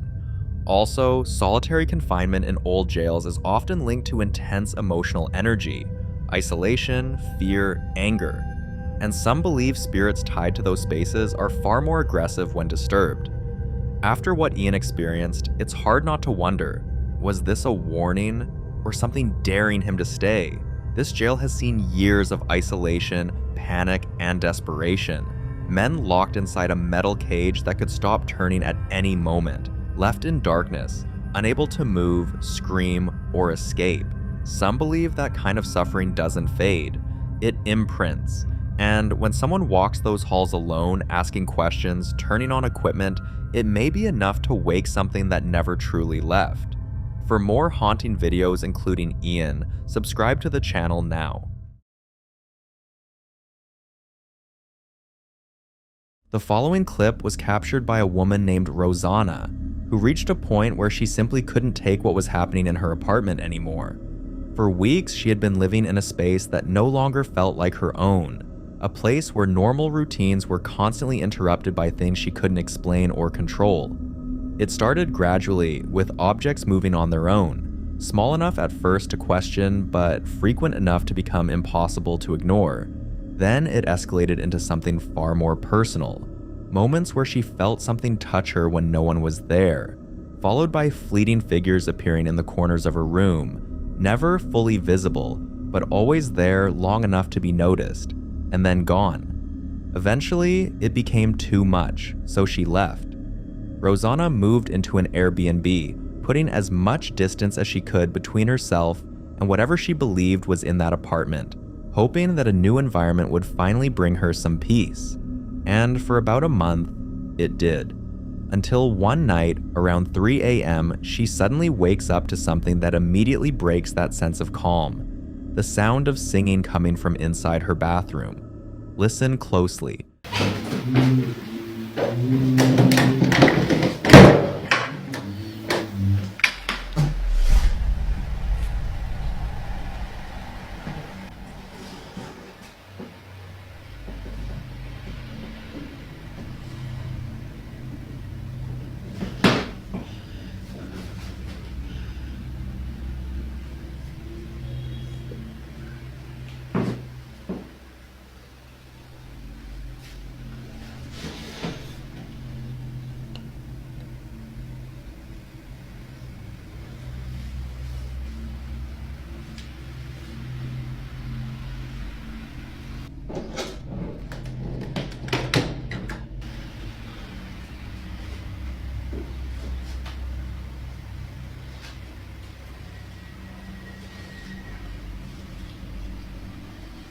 As she approaches and opens the bathroom door, the camera captures something chilling, a black shadow standing inside the shower, and as she put on the light, it disappeared as if it was never there to begin with. But that's not the only detail that makes this harder to explain. The shower door was already open, and the handle was on the floor, suggesting that someone or something was there. At that point, any hope that she had left it all behind is gone. Rosanna is now convinced that whatever was in her old apartment didn't stay there. It followed her, and that idea has led to a wave of theories. Some believe this could be a case of an attachment, where a presence connects itself not to a location, but to a person, meaning distance doesn't matter, moving doesn't help, and no matter where she goes, it goes too. Others think it may have been unintentionally invited, that during those earlier experiences through fear, attention, or even acknowledgement, she may have given whatever it is a reason to remain connected to her. Now, Rosanna is left with questions she can't answer on her own. What is she going to do?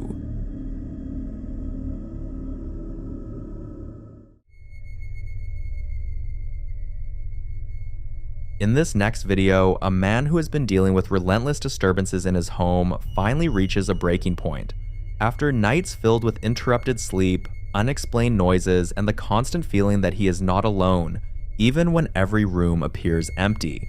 At first, like many people would, he tried to ignore it, hoping it would pass, but as the activity became more frequent and more aggressive, he began searching for answers, speaking to others, researching, and eventually being told something that would change how he approached the situation entirely.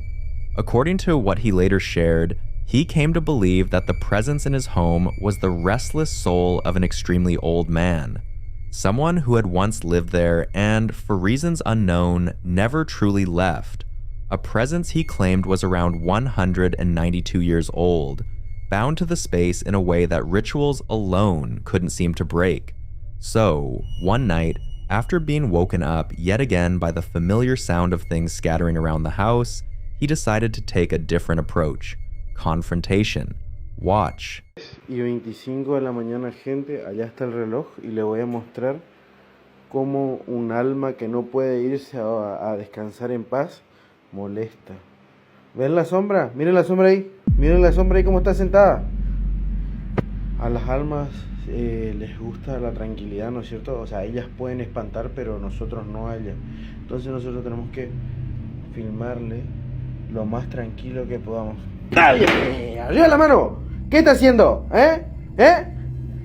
Miren, miren, miren, se prendió la luz, se prendió la luz. ¡No esté espiando! ¡No esté espiando! ¡No esté espiando! Miren, miren, miren, miren, miren, miren. Miren. Miren. ¡Salí! A ver cuánto es lo que vale. Un mano a mano contra vos no aguanta nadie, un mano a mano contra mí, digo. Dejá de hacerte la ridícula, tenés como 192 años y seguís asustando a la gente. ¿Por qué no te vas a sentarte en la vereda afuera? Agarrá un peine por lo menos, ¿no te das cuenta que en la sombra se te vio y tenía todos los pelos parados? ¡Ridícula! It's around 3 a.m. and before he even enters the room, he notices something that immediately puts viewers on edge: a shadow. When he stepped in and tried to turn on the light, it didn't come on. Instead, there was a strange light already present in the room, and then things started flying about before the light finally came on. But at that time, whatever was in the room had gone. Now, what has really sparked conversation around this clip isn't just the activity itself, but the decision he took. Some people believe that standing your ground in situations like this shows strength, that it can disrupt whatever is trying to create fear, possibly even weaken its hold. Others strongly disagree, arguing that confronting something you don't fully understand could actually make things worse, especially if what you're dealing with is aware, reactive, and capable of escalating its behavior. Now, this leaves a question that doesn't have a simple answer. When you're dealing with something you can't see, something you can't fully understand, is it a good idea to confront it? You decide.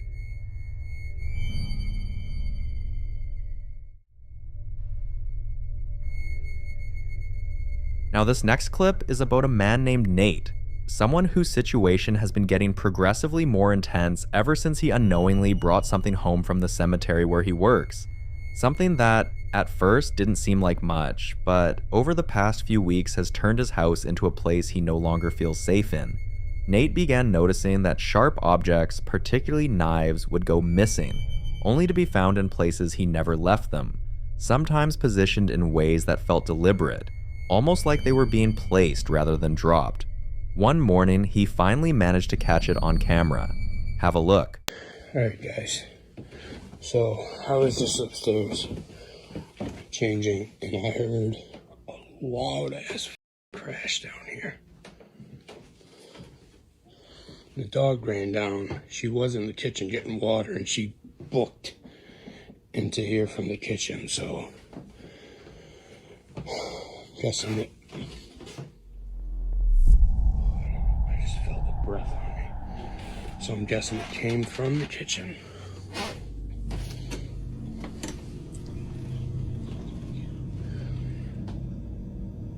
I don't see anything. Back door's locked. Let's see. No. No. No. No. What is that? What is that in? Oh, that's stock in there. Holy sh...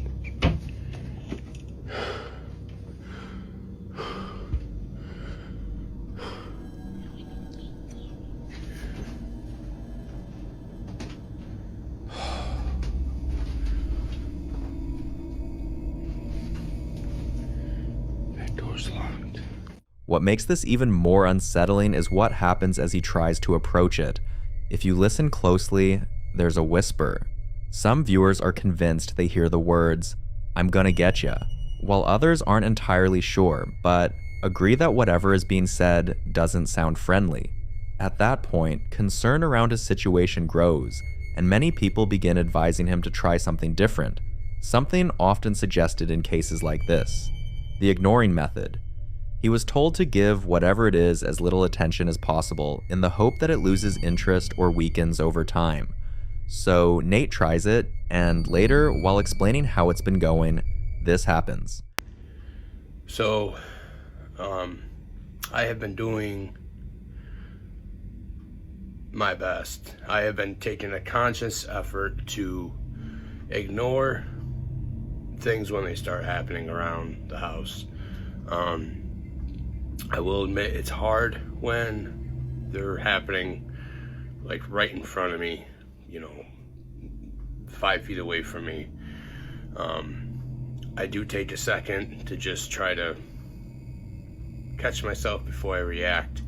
I have been working with not trying to engage with it, not talking to whatever it is. When things happen, I have, like I said, been taking a conscious effort to avoid it and just ignore it. Like some of you know, I have twins coming in September, so my main goal is to clear whatever energy or whatever it is in the house. I want it, doing my best to clear it out, because I want to bring my twins home into a safe, loving environment where they don't have to worry about stuff like that. So any suggestions on what I can do to rid my house of this activity would be greatly appreciated. So if we can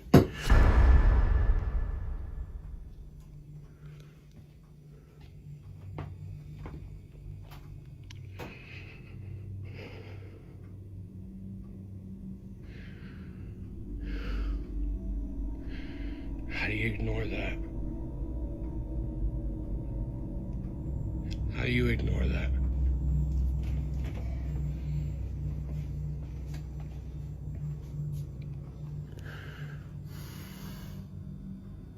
Another knife, this time standing upright, stuck straight into the middle of the floor in a way that defies normal explanation. And if that wasn't enough, there was something else. A light orb moving across the floor, almost as if it's circling the same area, lingering around the object as if it's connected to it. This raises a disturbing thought, that whatever is in that house isn't just throwing things, it's showing itself in pieces. Because if something is willing to manipulate sharp objects like that, if it's capable of whispering threats, then ignoring it might not be enough. Aware, reactive, and capable of escalating its behavior. Now, this leaves a question that doesn't have a simple answer. When you're dealing with something you can't see, something you can't fully understand, is it a good idea to confront it? You decide.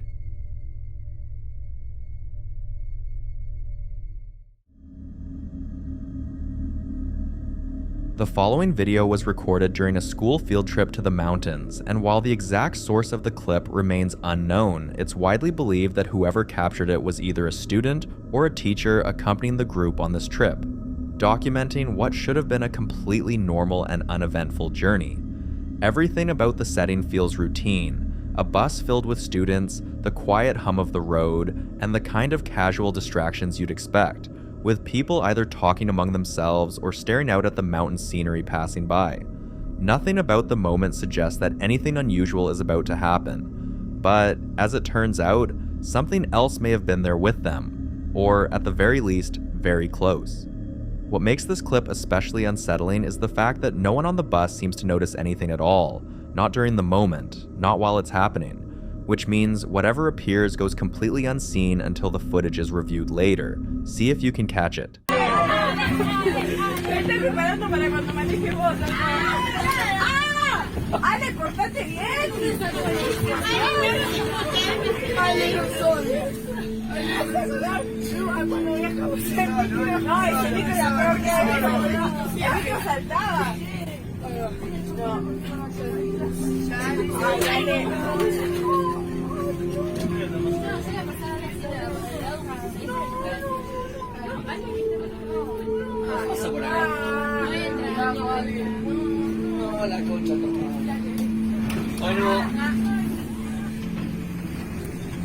Levanten las manos.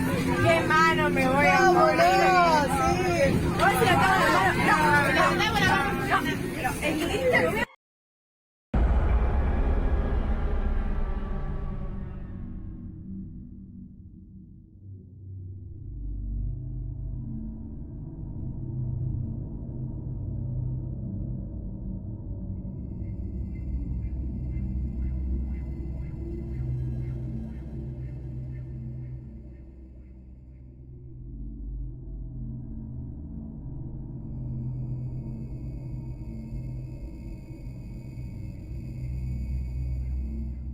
At first glance, everything seems normal, and technically, it is, because nothing unusual appears inside the bus. But that's not where you should be looking.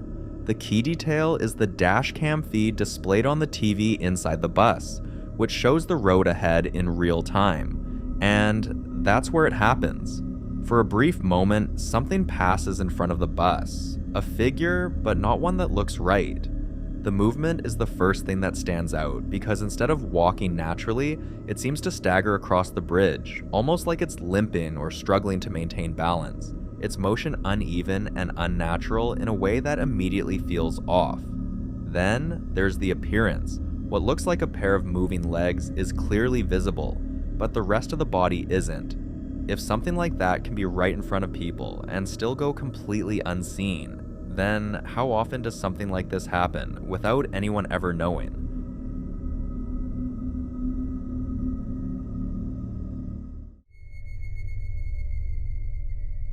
Now in this next clip, Dustin, the same man who had previously shared strange occurrences tied to his workplace, including unexplained noises and moments where he felt like he wasn't entirely alone even during quiet hours, experiences something that takes things to a completely different level. On this particular day, he's at work, going about things as usual, when he suddenly hears screaming coming from the bar area, sharp enough to immediately get his attention and pull him out of whatever he was doing. Have a look.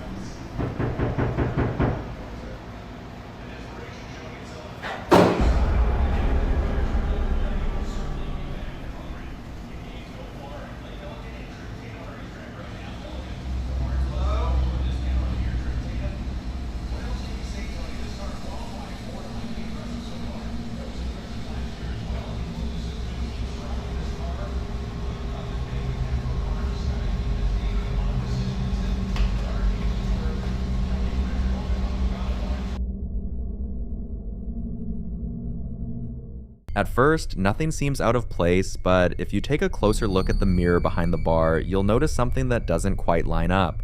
A figure passes by, and not just any figure, it looks exactly like him. The unsettling part is the timing. The reflection moves before Dustin himself actually does. Some people believe this could be a classic case of what's often referred to as a doppelganger phenomenon, where an entity takes on the exact appearance of a person, mimicking their form so perfectly that the only way to notice something is wrong is through subtle inconsistencies like timing, movement, or behavior. But, like always, you be the judge.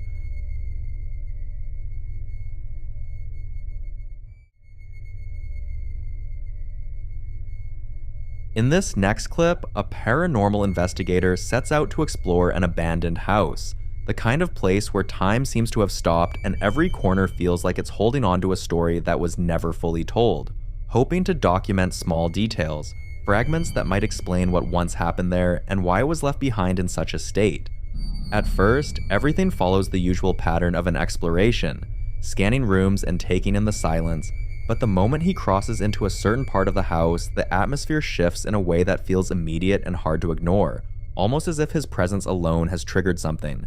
Watch. Oh, il y a un bruit. Qu'est-ce que c'est ça? Quelqu'un?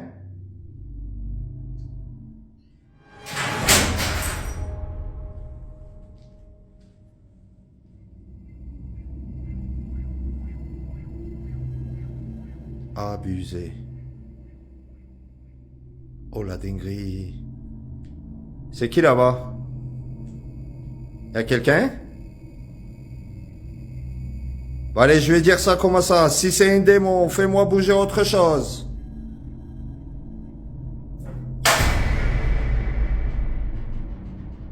Ah mais c'est obligé, y'a quelqu'un là-bas. Y'a quelqu'un qui se cache ici?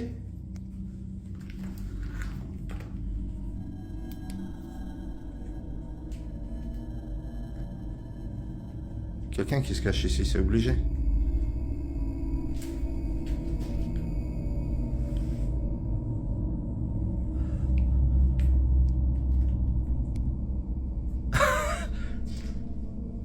Je suis entouré par un démon?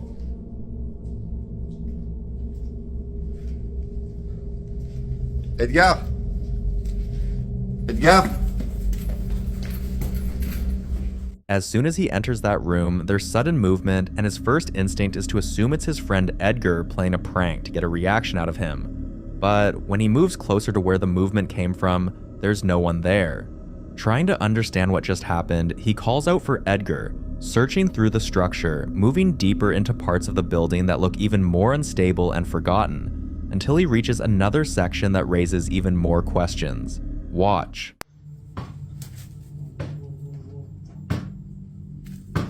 Quelqu'un?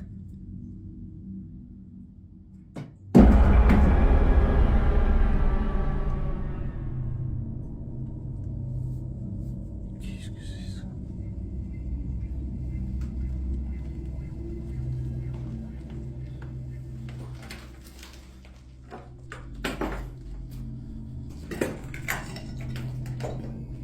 C'est un truc de fou, gros. S'il y a une entité ici avec moi, fais-moi bouger autre chose, s'il te plaît. Fais attention, fais gaffe. Abusé. La dinguerie.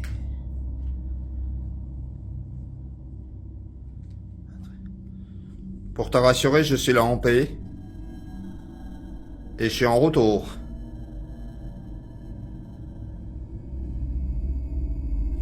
Si c'est un démon, pour confirmer si c'est toi. Bouge-moi un objet. Ouais, je pense que c'est un démon. Confirme-moi que c'est toi.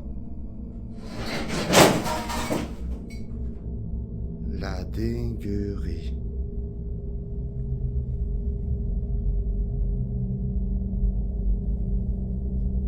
Hallucinant.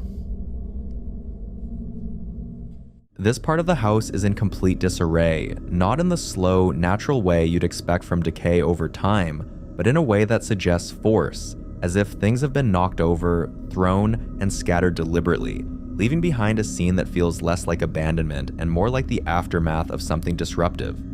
And standing there, taking it all in, he can't help but wonder if the spirit is responsible for all this, and if the owners of the house left for that same reason. Like many of these cases, there's no clear answer, so I'll leave you to be the judge. The following video was recorded by a mother who began experiencing something she couldn't quite explain. a sudden, overwhelming sense of anxiety that seemed to come out of nowhere while she was at home with her baby. It wasn't tied to any noise or visible movement at first, just a heavy feeling that something wasn't right.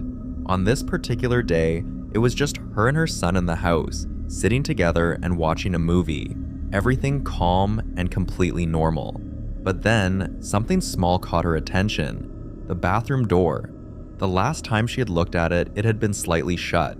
Now, it was wide open. That subtle change was enough to make her uneasy, and instead of brushing it off, she reached for her phone and started recording, trying to understand what had changed. Watch closely.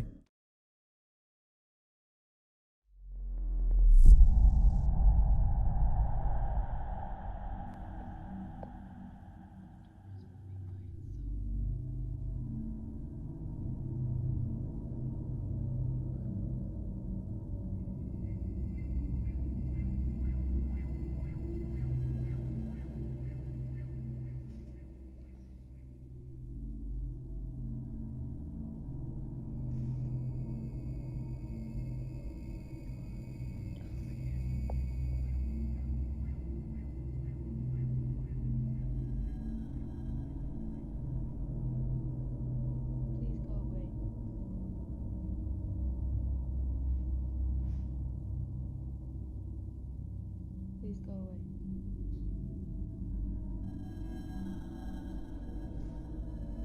You're not wanted.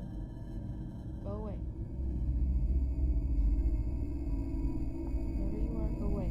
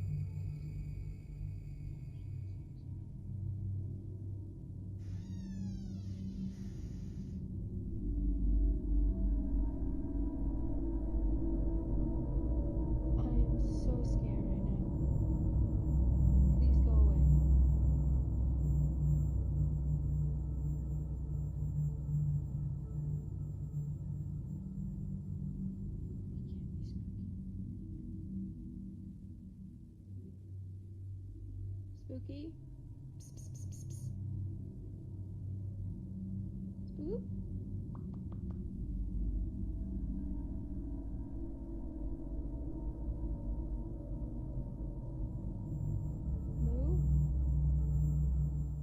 At first, nothing seemed obvious, but when she reviewed the footage later, she noticed something she hadn't seen in the moment. Right at the entrance of the bathroom, a distinct shadow-like figure appears briefly, moving quickly enough that it's easy to miss if you're not paying close attention. Some believe this could be a shadow entity, something that manifests in quick, fleeting movements, often seen at the edges of vision or during moments of heightened awareness. But I'll let you be the judge.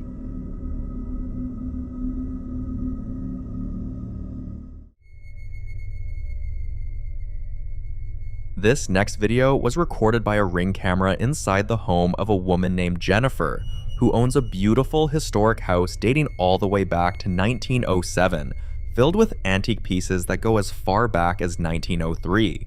It's the kind of home that carries history in every corner, but not all of that history feels at rest.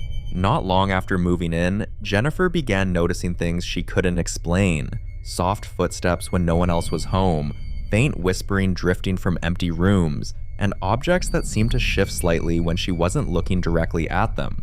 Concerned, she reached out to several mediums, and strangely, they all told her the same thing. They sensed children in the house. One night, her Ring camera captured something that made those claims even harder to dismiss. Watch.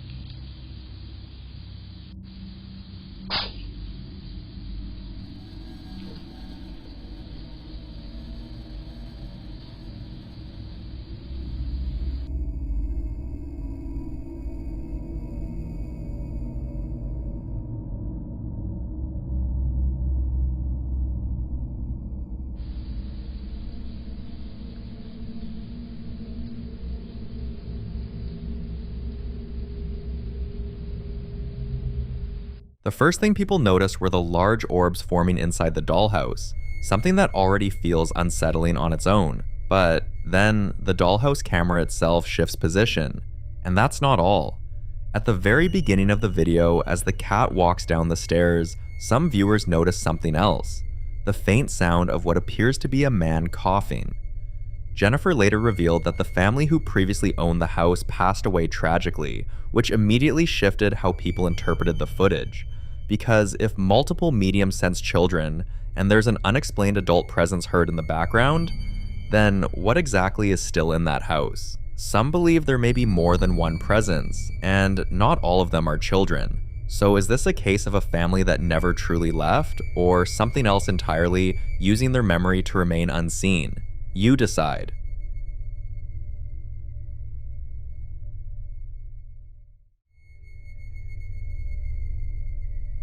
Now, in this next clip, a man finds himself doing something that doesn't make sense to the people around him, sleeping out almost every night, moving from one friend's place to another, rarely ever going back to his own home.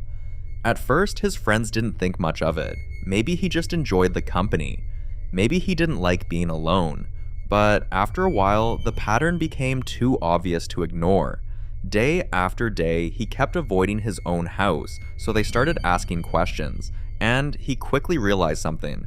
This wasn't the kind of situation you could explain with words, because no matter how serious you sounded, no matter how detailed you tried to be, it would still sound unbelievable. So instead of explaining it, he showed them. Watch this.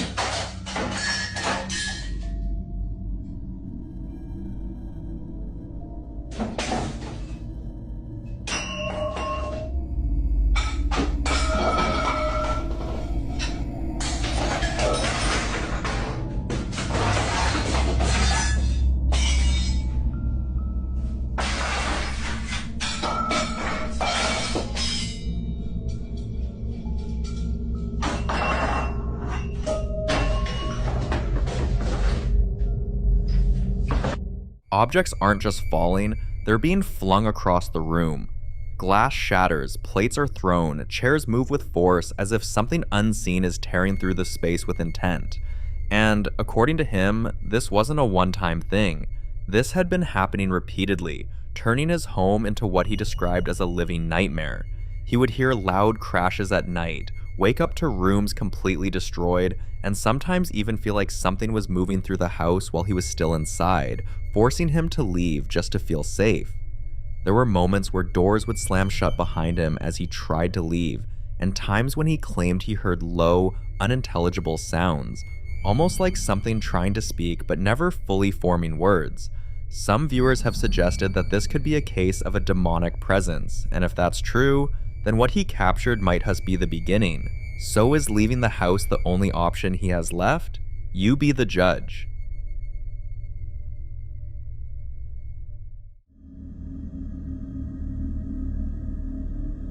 In this next video, a woman named Maddie is casually recording content, completely focused on what she's doing, when something happens that instantly shifts the entire mood. Listen closely.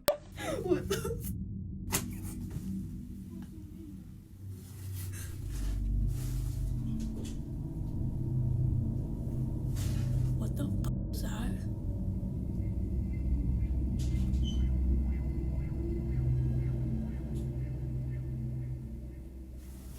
Oh my god, what the fuck is that? My speaker's right here.